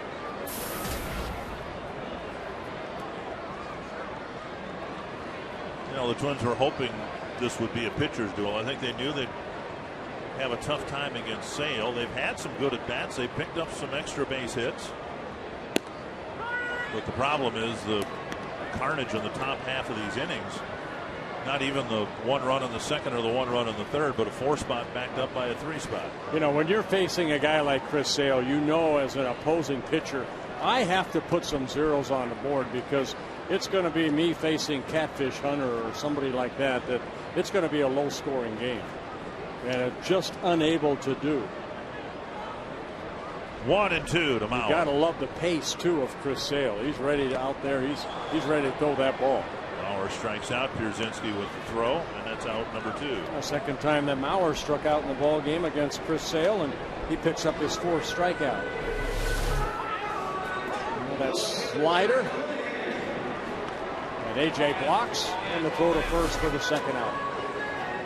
Yeah, right now you see the fastball, the pitch breakdown, 51% fastballs. He's, mixed in the breaking ball and the off-speed pitch, so he's pitching. And I have yet to watch him shake off A.J. Pierzynski. Strike 1.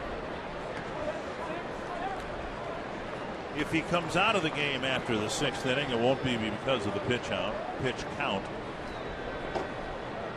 It might be because there is going to be concern. That might have chipped Willingham's bat. There's going to be concern about his workload. The most he's ever pitched, counting college, is 136 2/3 innings. And of course, last year he was a reliever.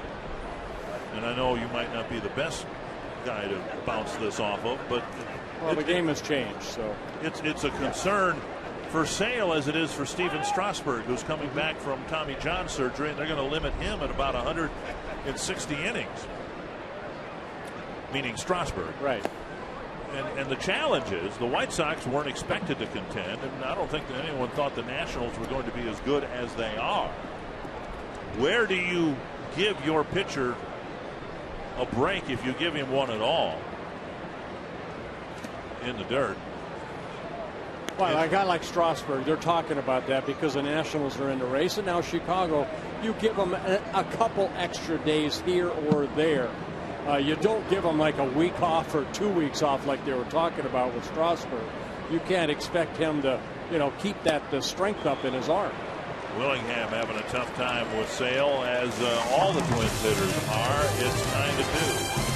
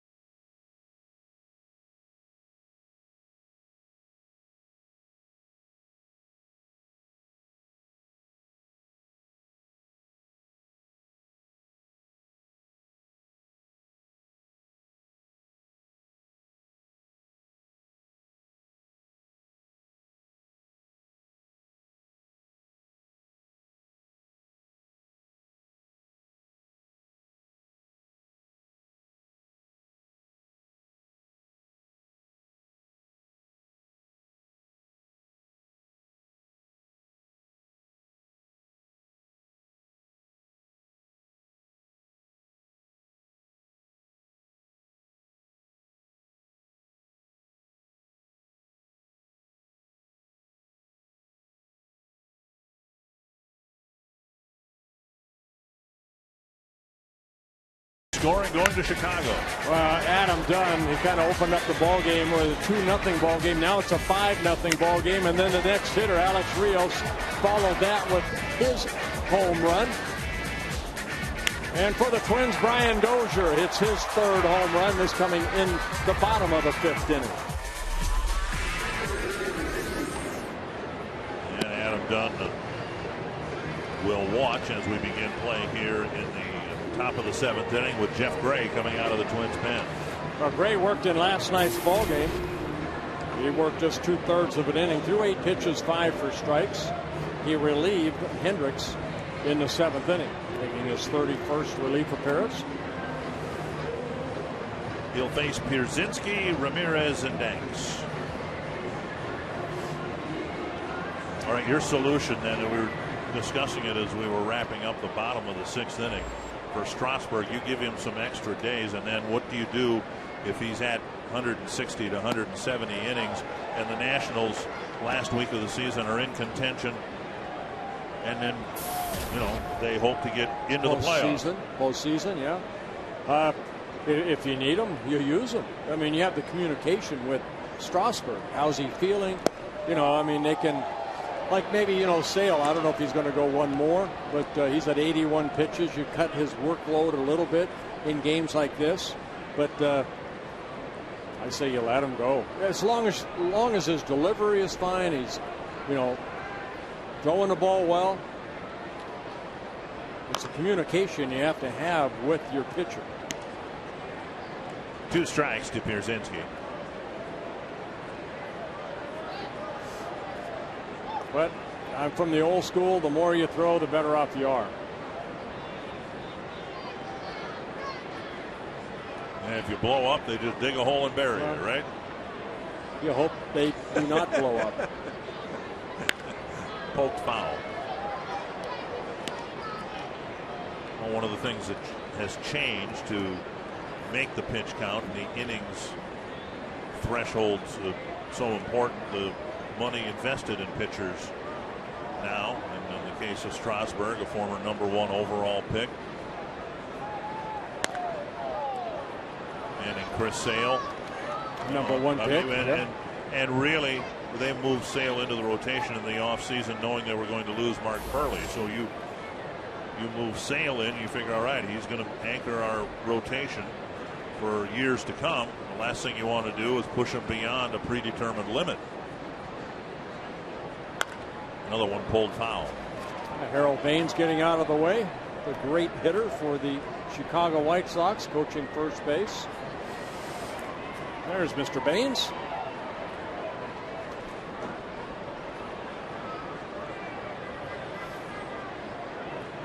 And the White Sox with 14 hits in this ball game. AJ 0 for 3 so far.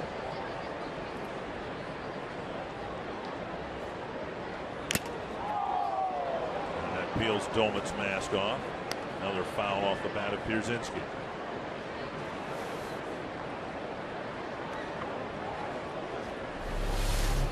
A high fastball right off the facing of his mask.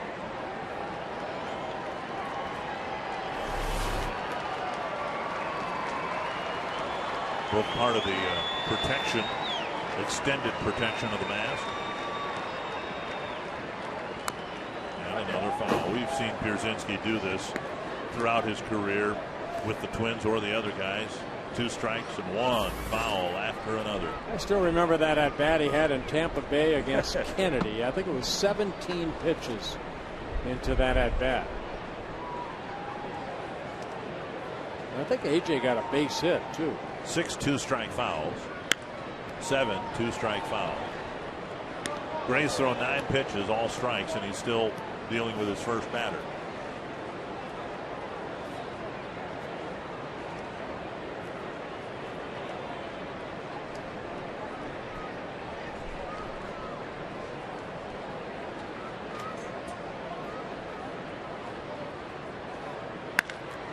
Driven to center. This is hit a long way. Span going back at the wall. Hits the top of the wall and back on the field to play.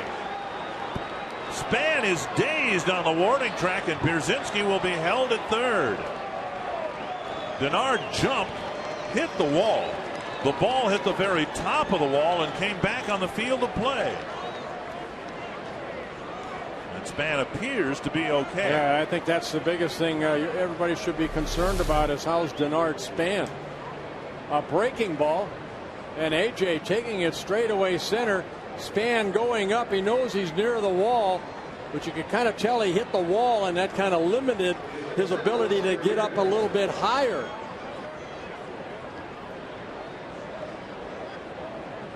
So Pierzynski with a triple. Yeah, I think they're going to have the umpires maybe look at this.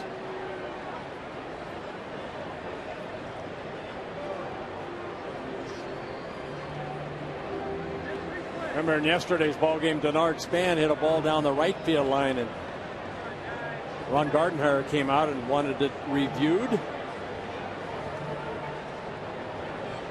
Well, they'll confer. And I've yet to see them confer and not review it. That was the case here yesterday. And as was the case yesterday, I think the review will be appealed. There's a block wall behind the padding in center field. Take another look and see if it hit right off of that padding in that block wall. Right. Yep, and then carry them back toward the field. But that's part of the wall. And right. Now they're going to go check on Denard Span since they're going to review this home run. Ron Gardenhire and Dave Prumer are going to get out to center field to see if Span is in fact okay. Remember last year, Denard right there, that's what you need to see. Denard saying, I'm fine. With all the concussion issues that really surfaced about a year ago right now. Remember that collision he had in Kansas City with Brian Pena. We thought Span might be going to the All-Star game last year. Yeah, that was a hard hit. He jarred his neck and then had the concussion. So, yeah, you're right. The biggest concern in this 9-2 ball game was the status of Denard Span, and Ron Gardenhire was going to take the advantage of the time during the review And Span said, no, I'm fine. Well, that ball kept drifting on him. You know, he kept going back, and you get onto that warning track, and you know that that fence is nearby. And once he started his leap, that shoulder kind of got caught into the fence, so he couldn't get as high as, see right there, couldn't get as high as he wanted to. And I think he thought at that point the ball went over the fence. You know, that's a tough play for a center fielder, because you assume if you can't catch it, and it will stand as a triple. Right, yep. You just assume the ball went over the wall, and I believe it was Revere who ended up retrieving a ball in short center field. Shorter center field. Well, AJ gets his first hit of the ball game. Now every starter has at least one hit, and Pierzynski will get a triple. Actually, his third triple of the year.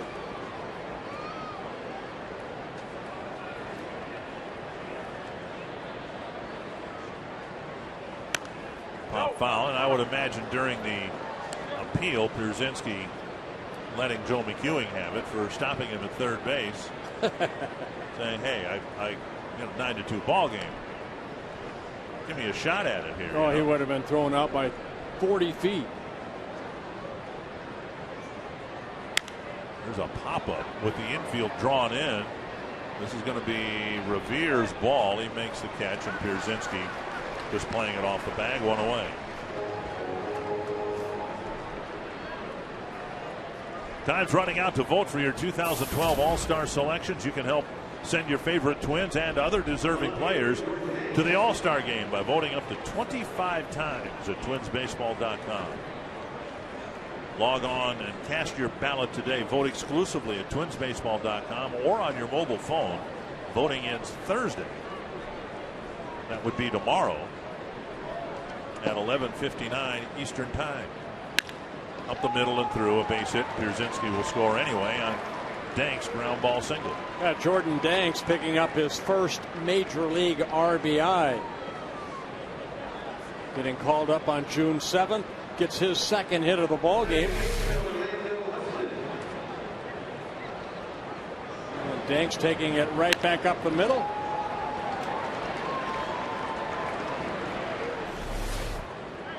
So an RBI single for Jordan Danks, and that'll bring up Orlando Hudson. Now wondering if they're going to throw out that ball. Jeff Manto, the hitting coach, gets the ball and gives it to somebody in the dugout.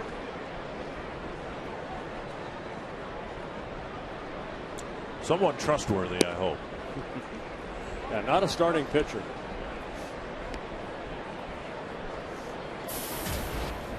Still think it was awful what you did to Gary DiSarcina. I can't believe he sent that to his mother. All right, now but he got the real ball, though. Fill in the blanks for the. Well, it was Gary DiSarcina, who's our shortstop in Anaheim. He got his first major league hit. Of course, the ball comes into the dugout, and I got another ball that looked just like it, but I kept the original ball, and I wrote some things on it about his first major league hit. That it was a line drive to left field. I said it was something else, and actually, I gave it to him after the ball game. Can you repeat? No, verbatim what you wrote on the ball? No, I cannot. This is a family show. Can't do this on television. So okay. Anyway, he gets the ball, and he's all happy. And I didn't realize that he overnighted that to his mother the next morning, and it was already on the mantle, I guess, the next day when I gave him the real ball. So Gary DiSarcina's mother out there, I'm sorry. 20 years after the fact, but you're sorry. 3-1. See if they can get two there. 1 and 2. So Gray gives up a couple of hits and another run. I am sorry.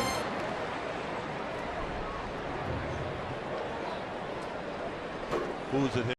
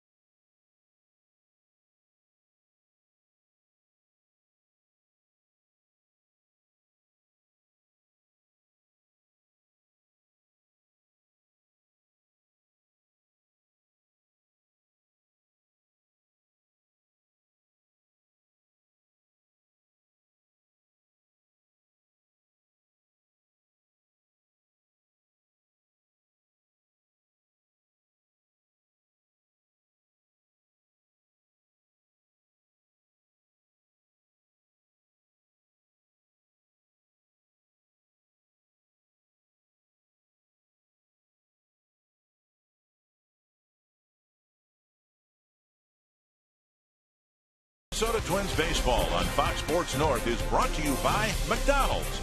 Get a freshly brewed cup of premium roast coffee from McDonald's. Any size is just $1. And by AT&T, the nation's largest 4G network. AT&T. Rethink possible. Hot summer day here at Target Field, and the White Sox in good shape as they hope to come here and beat the Twins 2-1 for the second time this year. First series was in Chicago. 1-0, and now a strike taken by Morneau. Morneau on the day with a fly ball to right and a ground ball to second. Yeah, Chris Sale still out there starting his 7th inning of work. 84 pitches in the ball game.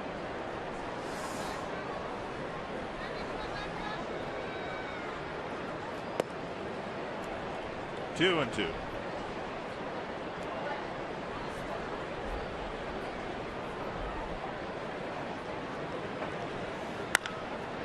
Rifled to right field. And Morneau does get a piece of Chris Sale. Yeah, another slider kind of flattened out right there. Same pitch that Joe Mauer got in the 4th inning. Time for the CenturyLink high-speed pitch. Well, Nick Blackburn at 93. Again, a little bit too high if you're a sinker baller like Blackburn, and Chris Sale clocked as high as 94.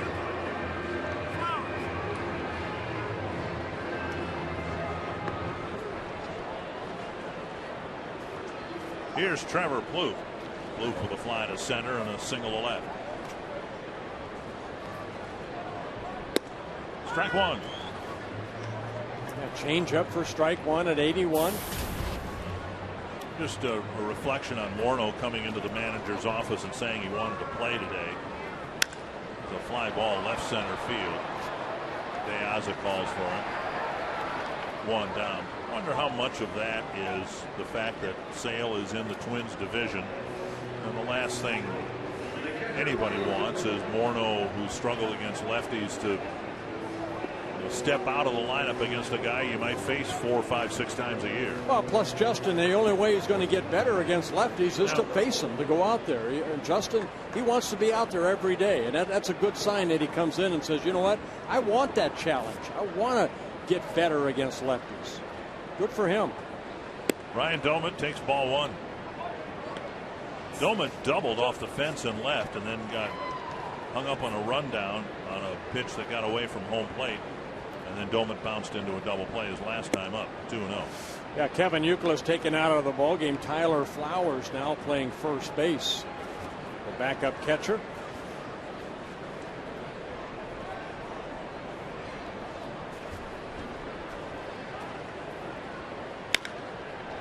Pops straight up, and Ramirez, shielding his eyes with his glove, makes the catch. That's out number 2. We watched the speed gun on Chris Sale, and I think one other thing, we've talked about the changeup, the breaking ball, but even his fastball, that's an 89-mile-an-hour fastball, so it's not all 93, 93, 94, 93, 94. He's changing a little bit of speed off that fastball, and right there, Doumit, looking for fastball, got a little out front, and that created that little pop-up. Tyler Robertson's going to get another shot, it looks like. Here's Dozier, homered his last time. And of course, a reverse of what we've talked about with starters being turned into relievers like Glenn Perkins or even Brian Dunsing. The velocity jumps a couple miles per hour when you do it backwards. That ball to the backstop, and Morneau will be thrown out at second. Morneau tried to advance. Pierzynski got the limestone carom, and Morneau was thrown out surprisingly at second base.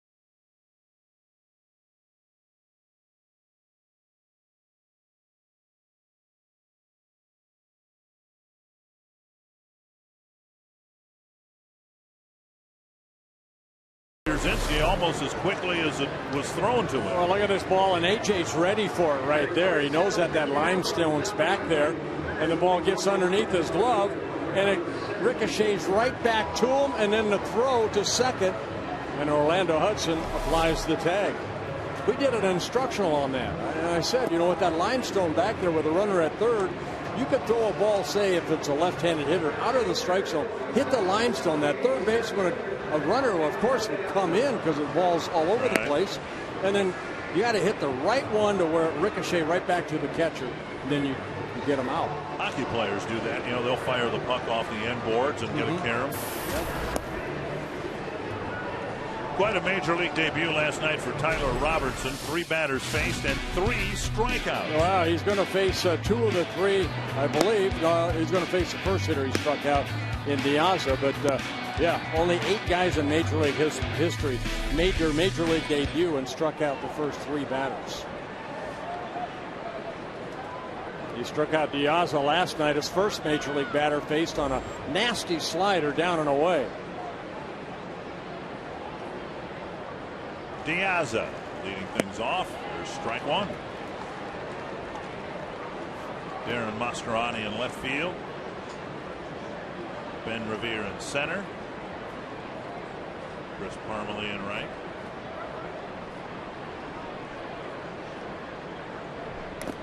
Two strikes, and Goldman takes another foul tip. De Aza, Escobar, and Youkilis. Now that one, he looked like he took one off the right hand there. Actually, De Aza, Escobar, and Flowers will hit.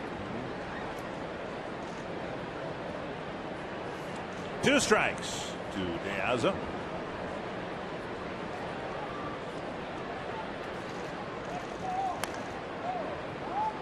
And a dribbler foul.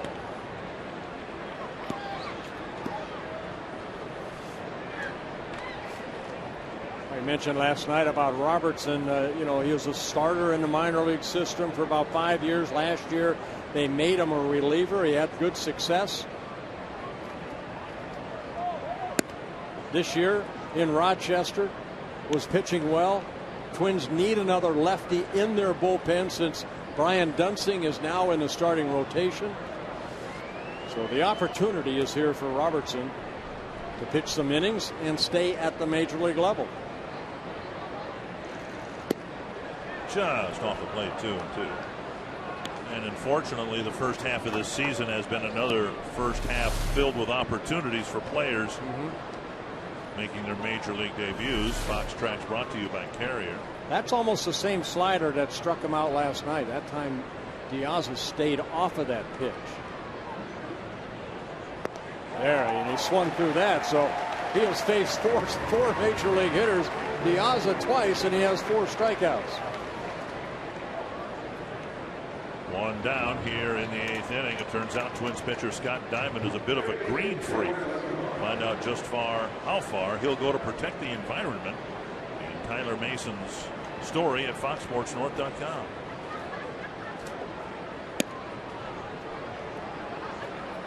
One 1-0 to Eduardo Escobar. Yeah, Escobar now hitting as a right-handed hitter.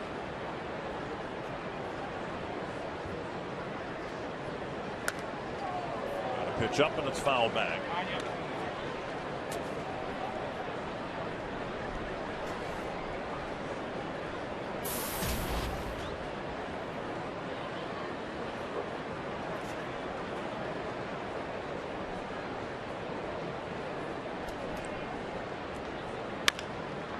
The ball put in play against Robertson, and Plouffe can't make the barehanded play, and Escobar, who was probably going to beat it out anyway, gets an infield hit. Yeah, that's the only chance that Plouffe had, is to barehand it and throw it on the run. So the first major league hit off of Robertson is a swinging bunt, more or less. Plouffe comes in, and Escobar, we saw his speed stay out of the double play in the 6th inning.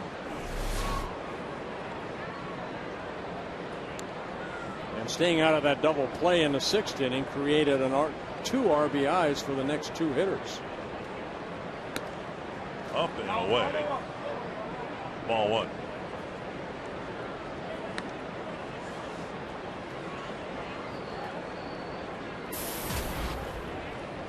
Flowers caught in last night's ball game, went 0 for 3, and he struck out a couple times.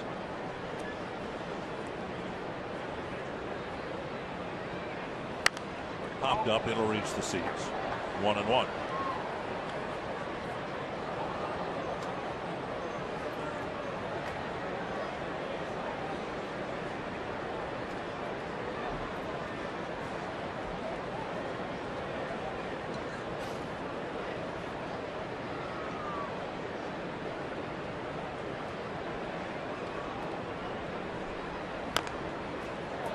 Spins foul. There have been years recently where the positions have been pretty well set in spring training and through the season, and the pitching staff as well.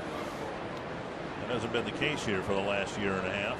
And some players, like Scott Diamond, have taken advantage of the opportunity. And Scott Diamond may never go back to the minor leagues again the way he's pitching. And now Robertson's here, and he's hoping that he can stick. Down the right field line. And Parmalee has a long run, but it's a foul ball. And given the state of affairs with the Twins, they've now moved Dunsing into the rotation. And they have 3 left-handers in the rotation now. Diamond, Liriano, and Dunsing. Capps is on the disabled list, and his return not imminent. Neither is Carl Pavanos. I mean, what we've got right now on the pitching staff is going to stay this way for a while. So you'd think Robertson's chances of sticking might be pretty good. Well, P.J. Walters, he's hoping, to have a rehab on Sunday. And Flowers getting into the act of getting hits against the Twins pitchers today. 18 hits off of the pitching staff. You can get a behind-the-scenes tour at Target Field this summer. Visit twinsbaseball.com. Call 800-33-TWINS to check out all the different types of tours that are available and the daily schedule. Private tours are available. You can go to twinsbaseball.com or call 800-33-TWINS and get all the details and book your Target Field tour. And I believe this is still true. They don't let the tours come into our booth here. No, they walk by. The door is locked. They won't let them peek in here as if this were some sort of hallowed ground. It is. People come in here all the time. Sometimes too many people. Well, now you turned over your shoulder and you looked at people who work here. Mm-hmm. Yeah. Like I said. Too many people. Too many people.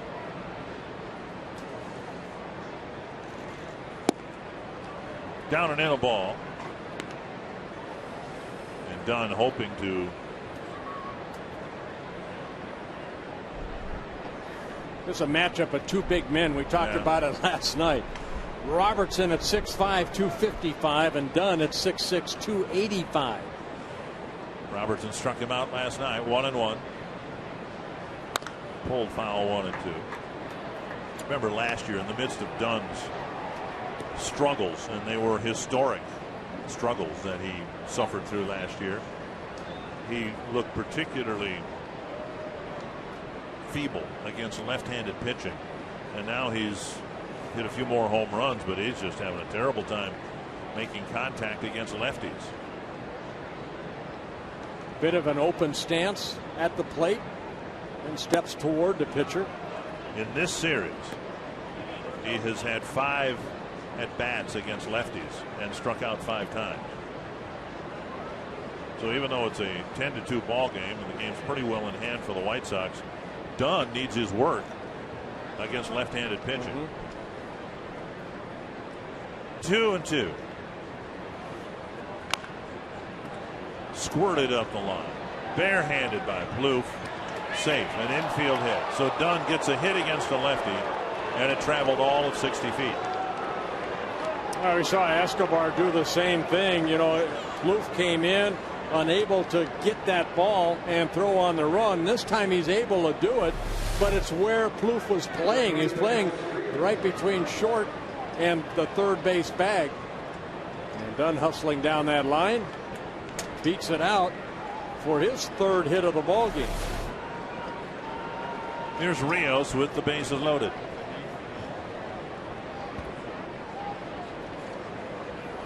So only 1 ball hit hard off of Robertson. The base hit by Flowers. but the bases are loaded. Rios with 2 more extra base hits in this series, a double and a home run.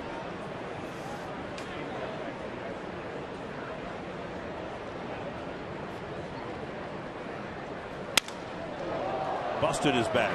Up the middle it goes, and it'll score 1. And Revere's throw into the shortstop. They stop Flowers at third base. It's 11-1, 11-2, excuse me. Yeah, Rios picking up his second RBI of the ball game. Right off the end of the bat, but right back up the middle. So the first 4 batters strike out against Robertson. Now 4 singles, including 2 infield hits and a busted bat base hit.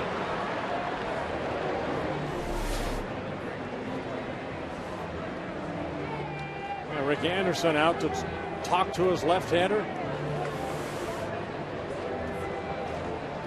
Alex Burnett loosening up.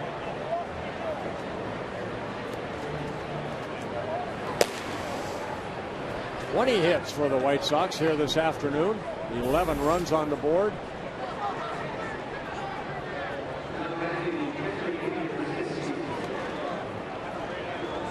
Here's Pierzynski, who tripled off the top of the fence in center field his last time up.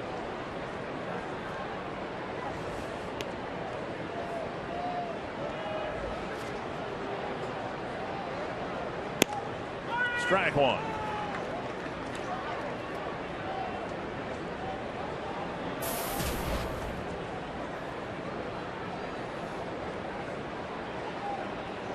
Pierzynski, good numbers against Nick Blackburn, but Blackburn got him all 3 times today.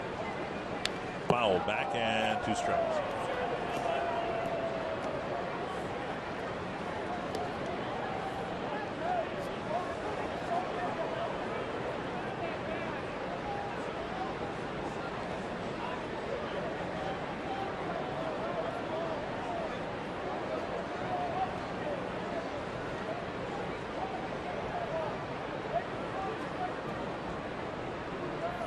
AJ's hit into 4 double plays.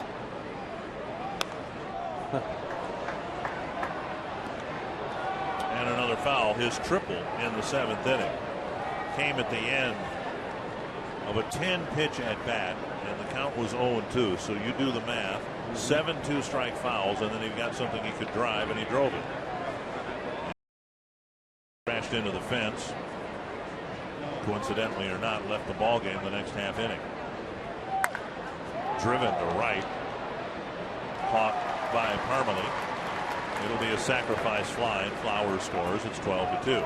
AJ hitting the ball sharply. He picks up an RBI. It's 42nd of the year.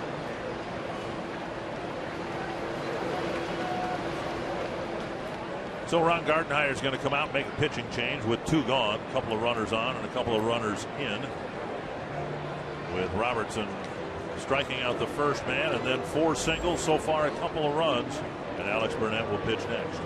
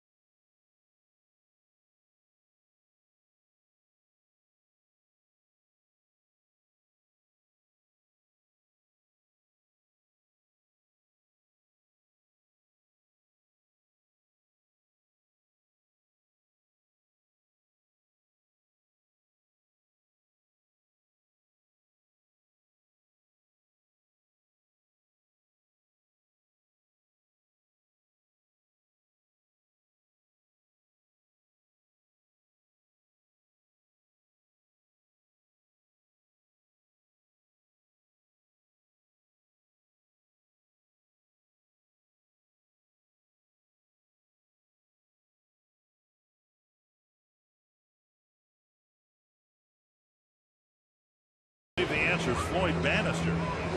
Joel Nolan? Joel Horland? Joe Harlan, yeah. Somebody was helping with you. Well, yeah, it's on page 245 Yeah. of their media guide. I thought- 2.06 ERA. I thought Floyd Bannister won one in the early 80s. But I stand corrected. Here's Alex Burnett. Well, Alex coming in, making his 30th relief appearance. He's done a great job as getting out of situations like this. Just get an out right here. Inside with a breaking pitch. That's what Ron Gardenhire said Burnett has done. He's thrown a get-me-over breaking ball. That one didn't get over. But a pitch that you can spin over for strike one and gives the hitter something to think about. You're ahead on the count, in the count, and then you can mix and match your fastball wherever you want.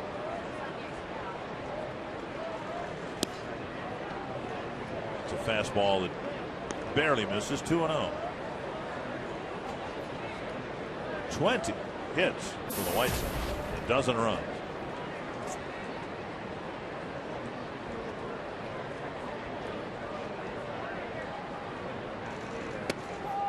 Fastball and a swing and a miss. 2-1. You know, Twins don't want to lose 2 of 3 here to Chicago, but sometimes games like this, it's a little easier to take a game like this than, say, losing 2-1 or 1-0. Yeah. Last night, though, I mean, it was a 3-2 loss last night. Twins came back in the 9th inning. I told somebody afterwards, you know, that's 3 really good games in a row. The Twins happened to win 2 of them, and it didn't make any difference to me that the Twins won. I always like it when that happens, but they were just really entertaining games with some great at-bats, nice fielding plays, good pitching, both out of the rotation and out of the pen.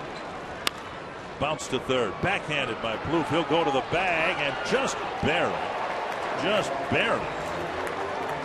get the runner done to force him at third and end the inning.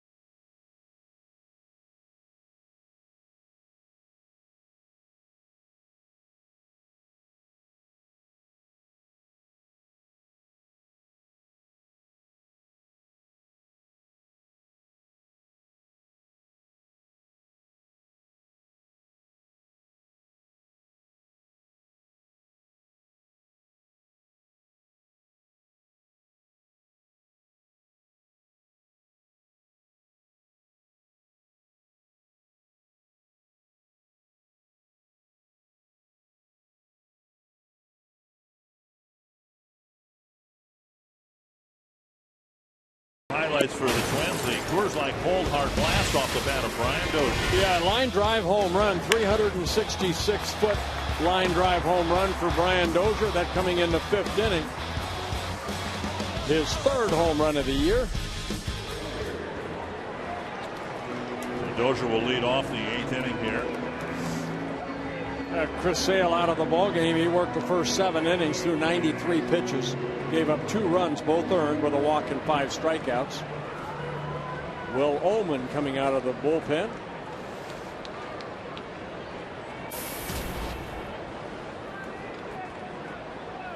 Dozier leading things off, and he takes a ball outside. Ullman worked here on Monday night. A shutout inning. You did give up a couple hits through 15 pitches.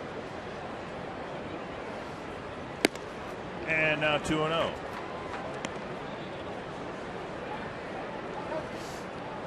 Ullman in his second season with the White Sox came up with the Cubs in 2001. He's also pitched for the Braves, the Dodgers, the Orioles, the Marlins.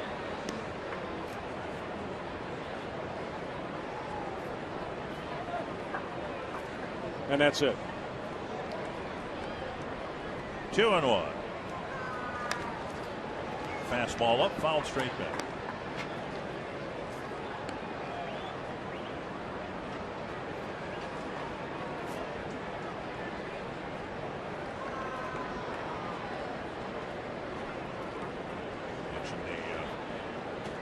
White Sox after the game go to New York for a 4-game series. And CC Sabathia put on the disabled list. Andy Pettit taken out of the game today after taking a line drive against the shin.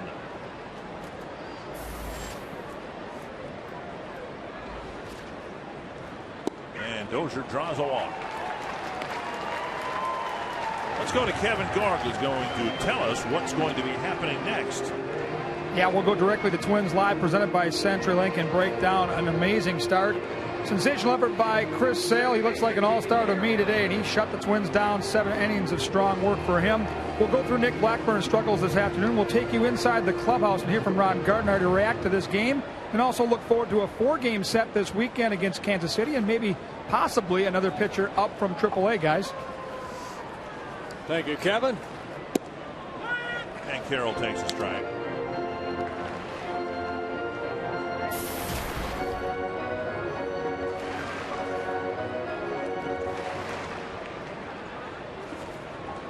Carroll walked his first time up, struck out in the 5th.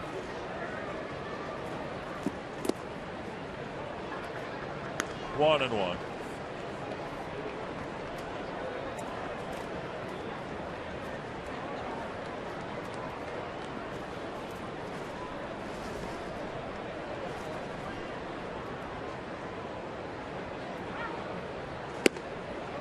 And now 2-1.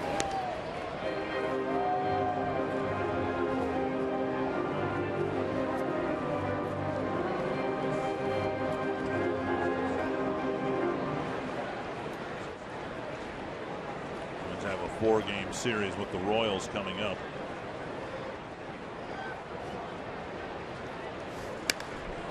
Fly ball to left, hanging in the air. Jordan Danks with the catch. That's out number 1. And within the 4-game series on Saturday for the night game that starts at 6:10.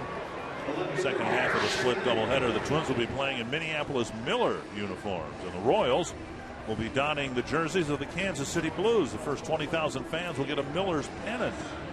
Tickets are available by calling 800-33-TWINS or visit twinsbaseball.com. And you can also check on tickets for Game 1 of the doubleheader, which starts at noon. It's a makeup for the April 28th rainout. Yeah, Josh Willingham, one of the 3 participants wearing that uniform, he said they very comfortable. He was pleasantly surprised. Brian Dozier and Drew Butera, the other 2.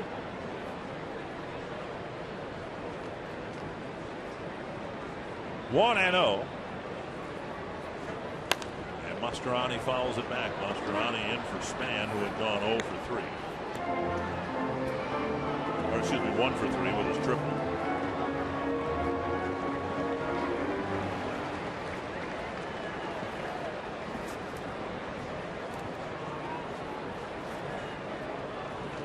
One and 1.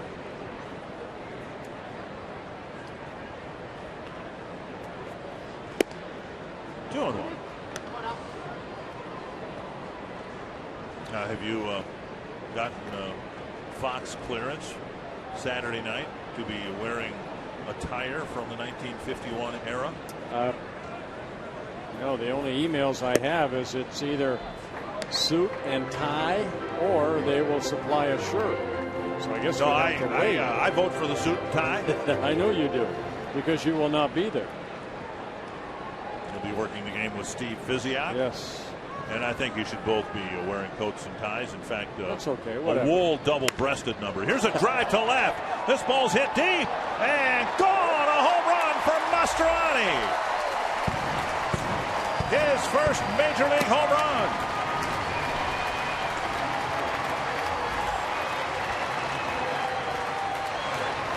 Well, a lot of fans have left, but they had the ones that stayed have an opportunity to see Mastroianni hit his first major league home run. Got a fastball and got out quickly, a line drive home run.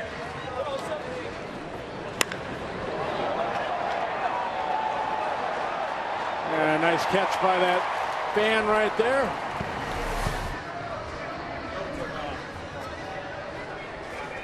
Understand that gentleman right there is getting deployed tomorrow.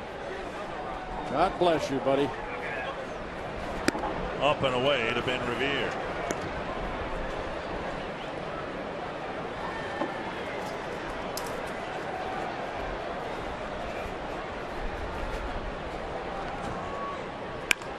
And Revere with a liner to Ramirez. That's out number 2. The scoreboard here has a score 15-2. I believe it's 12-4, right? Yes. Yeah, okay. And here's Mauer.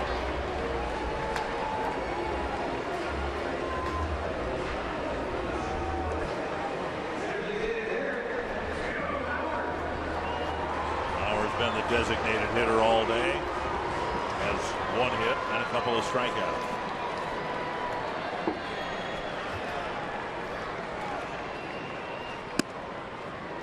Inside, ball 1.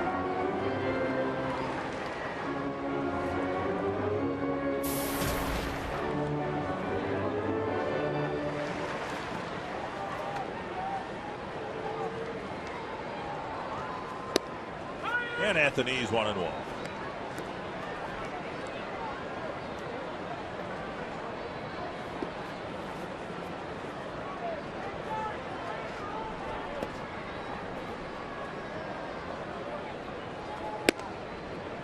Check swing up around the hands. 2-1. Joe came into the ball game 4th in the American League in hitting at .322. With a 1 for 3, his average still the same. Inside again. 3-1.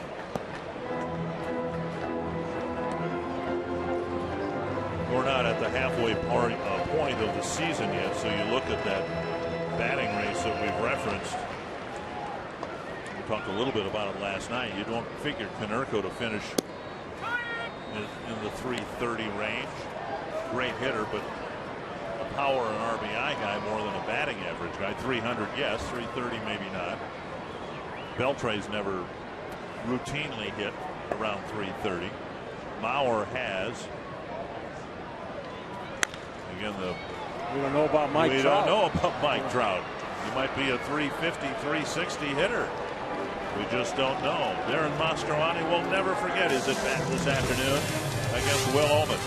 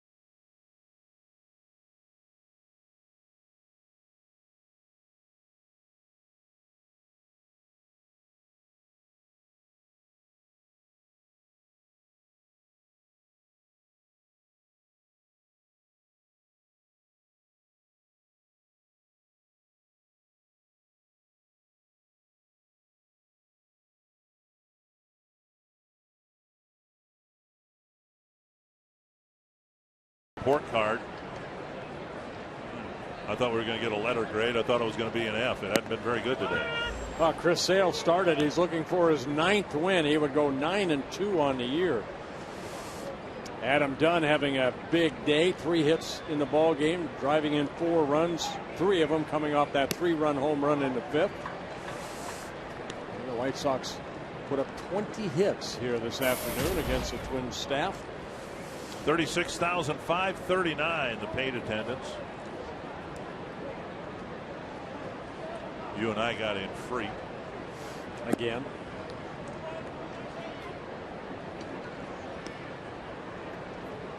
Four games, and we'll get paid to do the games in Detroit. We'll get paid to do the game. Oh, no, wait a minute. I won't be in Detroit. I guess I don't get paid. You're taking more time off? Well, yeah. I mean, the All-Star break's coming, and then the Cooperstown Hall of Fame. I'm looking forward to going to the induction. So I will rejoin the team after Sunday on the 27th of July. You would rather be in Cooperstown, New York than Cleveland? It's an obligation that I am looking forward to. Yes. Want to go with me? Actually, it doesn't sound so bad. Now, the induction is July. The week of the 20th, 21st, I believe, in there. Right. And Barry Larkin will be going in. Ron Santo posthumously. Yes. We'll actually be in Kansas City that weekend. And Dank strikes out on a 3-2 pitch. That good fastball, good location down in the strike zone, and that's one thing we have not seen enough of here this afternoon. Our pitches down like that. That's a pitcher's pitch. Blackburn really had a tough time getting that ball down. So 1 down. And that'll bring up Hudson. Have you thought about, because I'm sure as you gave your induction speech last year, and it went very well. Thank you. My family and I were there to witness it. It was a great privilege to be there. But I'm sure you've probably had some thoughts of, boy, I should have thanked this person, or I wish I'd have included that person. Have you thought of going to Jeff Idelson of the Hall of Fame saying, hey, look, can I get another 3.5 minutes? Because there were some people I missed last year. If I missed him, I'm sorry. I will never do that again. That was a lot of fun, but you know, I wrote my own speech, so I mean, I didn't finish my speech until that night before. I kept changing it. And as long as my mother was there and my family was there, I was okay. Well, you did a great job. Well, thank you. And Orlando Hudson gets his 2nd hit of the ball game, the 21st for the Sox. First hit that Alex Burnett has given up.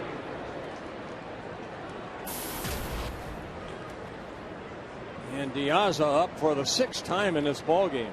Yeah, that's not good. Up and away, ball 1.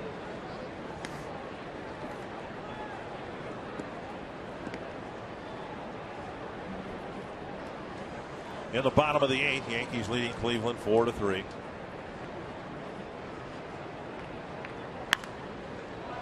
Fouled back.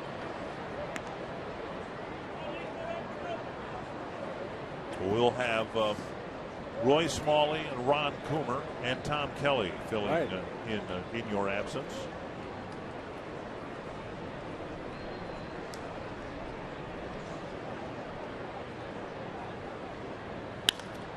Slap foul, 1 and 2.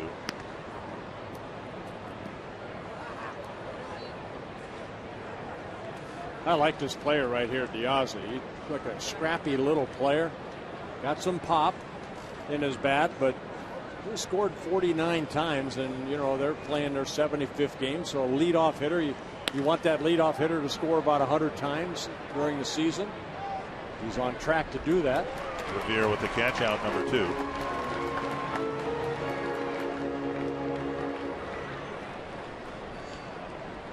And that'll bring up Escobar.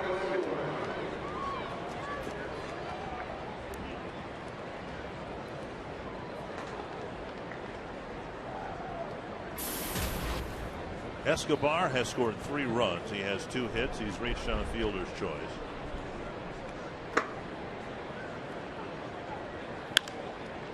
On the left field line, Mastroianni with a burst of speed and falls into the crowd. Unable to make the catch. Good effort right there. Mastroianni going over. Knows that it's a little short railing right there.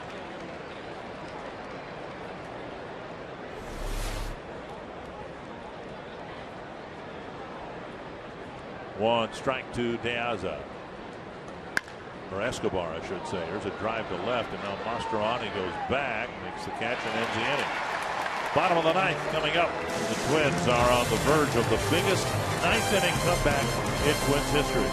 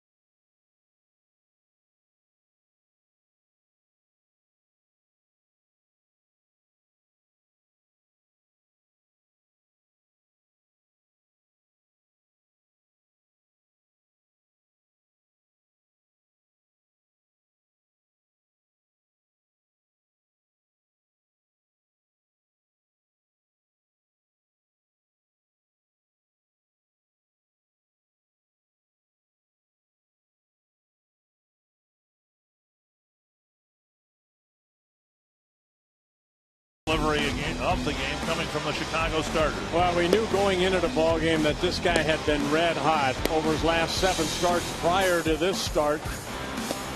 5-0, a 1.61 ERA, and here's our Jimmy John's delivery of the game, Chris Sale.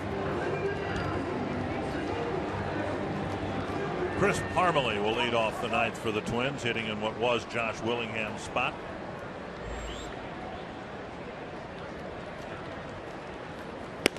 Fastball, strike 1. Parmelee and Morneau and Plouffe.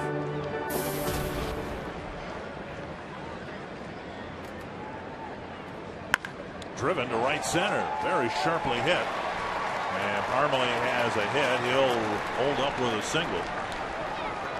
And from the years I've done this, every 8-run inning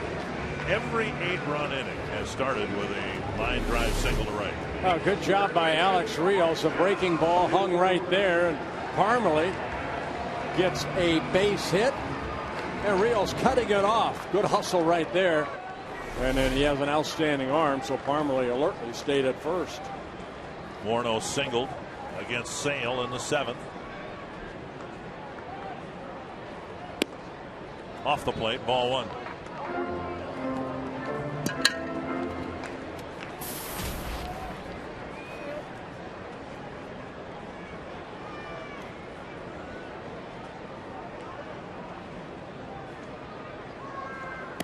To paraphrase something Bob Gibson said once, the only thing I know about hitting is I couldn't do it in high school. But to reflect on what you were saying before about Morneau, I think the most encouraging thing for Twins fans would be if he started drawing some walks. 2-1. It just seems like he's swinging so often at pitcher's pitches instead of getting his own. At everything, yeah. It's almost like he's guessing up there, you know. Probably guessing fastball right here. Yeah, It's a breaking ball down and away.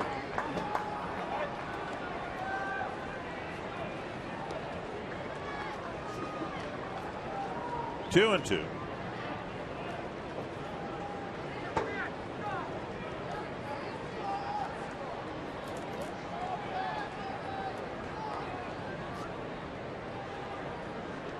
Plouffe will follow.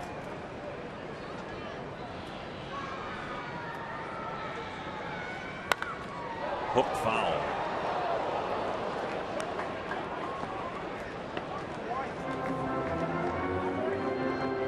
Well, Chris Sale in his last at bat left him a slider up, and Justin hit it sharply for a base hit. That slider up, and he hit it sharply, but foul. Fastball tap foul. Brewers beat the Reds 8-4. Aroldis Chapman did not get the save and did not do a somersault after the save. I don't know if you caught that. After he got the save, he decided to do a somersault. I hope you saw it, because Dusty Baker says you'll never see it again. Yeah.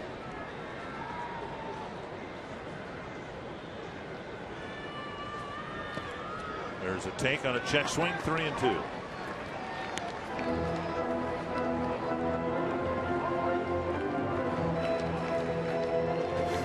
Will Ullman starting his second inning of relief. Gave up that 2-run home run to Mastroeni in the 8th. Full count to Morneau. And a breaking ball hung up there. Justin swung through it, 1-away. And Ullman picks up his first strikeout. Kind of a hanger right here. Justin looked like he just swung underneath it. Here is Plouffe.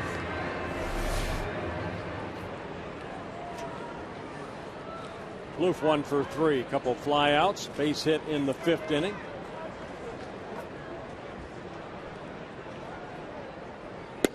Fastball and strike one.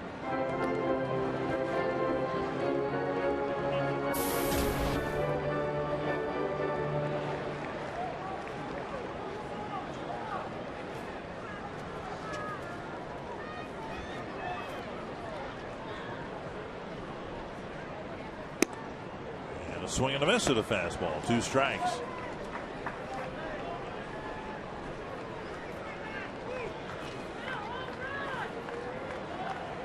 Twins with 4 runs in the game, 3 of them coming on home runs from unlikely sources. Dozier hit one. Mastroeni hit one. That one gets by Pierzynski. Actually looked like it hit Plouffe.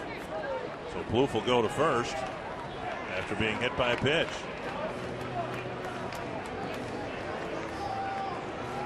First and second, 1 down. Well, Ullman got ahead in the count. They went to that slider down and in. Right off the toe.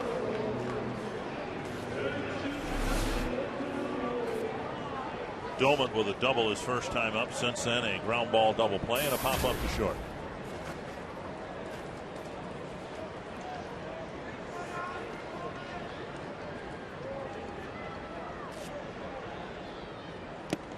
He's hit by the pitch, so they're loaded up now for Dozier. All right, now in the 8-run inning you were talking about, were there a couple hit batsmen in those games? Every 8-run inning that I've seen doesn't necessarily include a strikeout on a hanging slider, but 2 hit batters. Dozier has a chance to cut the lead in half here. Well, just clipping the jersey if it did of Brian Dozier, but he's at first base, so bases are loaded, 1 out. Dozier walked and scored in the 8th. His walk coming against Ullman. In the 5th inning, he drilled a home run. His 3rd of the year. Ryan Doumit getting hit.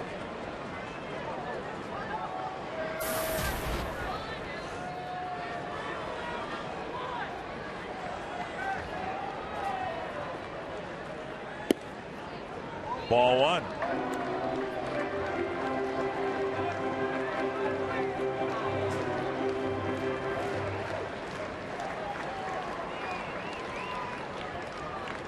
Brian Bruni warming up.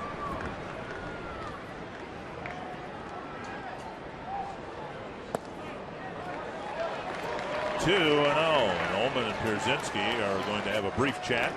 And I'm guessing AJ's going to do most of the talking. Oh, whatever it was quick.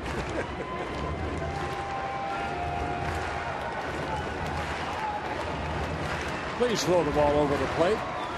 Something in that type of conversation.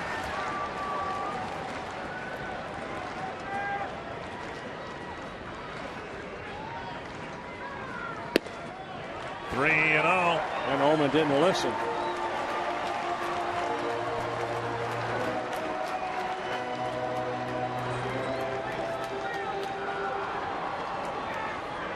Well, control has not been an issue for Ullman. He had only 4 walks in 25 innings coming into this ball game. Down the middle, 3-1.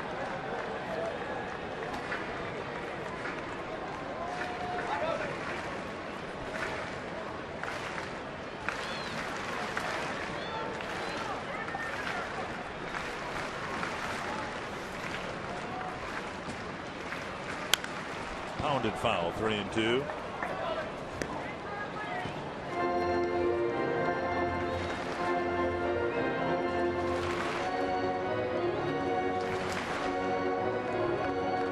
Ullman hoping to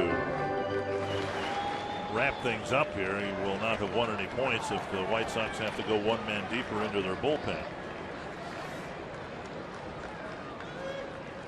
Popped up. Coming back is Pierzynski, but it is out of play.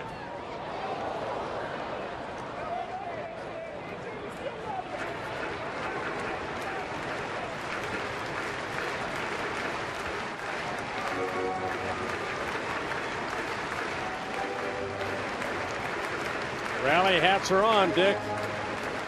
Well, worked kind of last night. They had the rally caps on. The Twins got 2. They needed 3, but they got 2.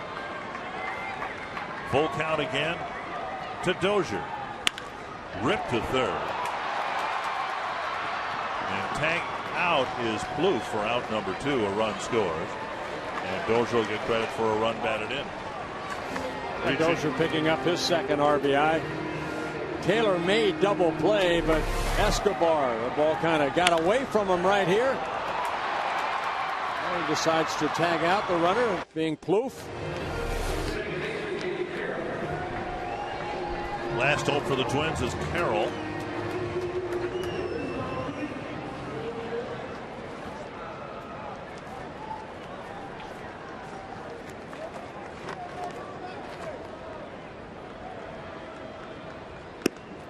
Ball 1. 43 pitches for Ullman. 44 now. 22 strikes and 22 balls. Like 50-50.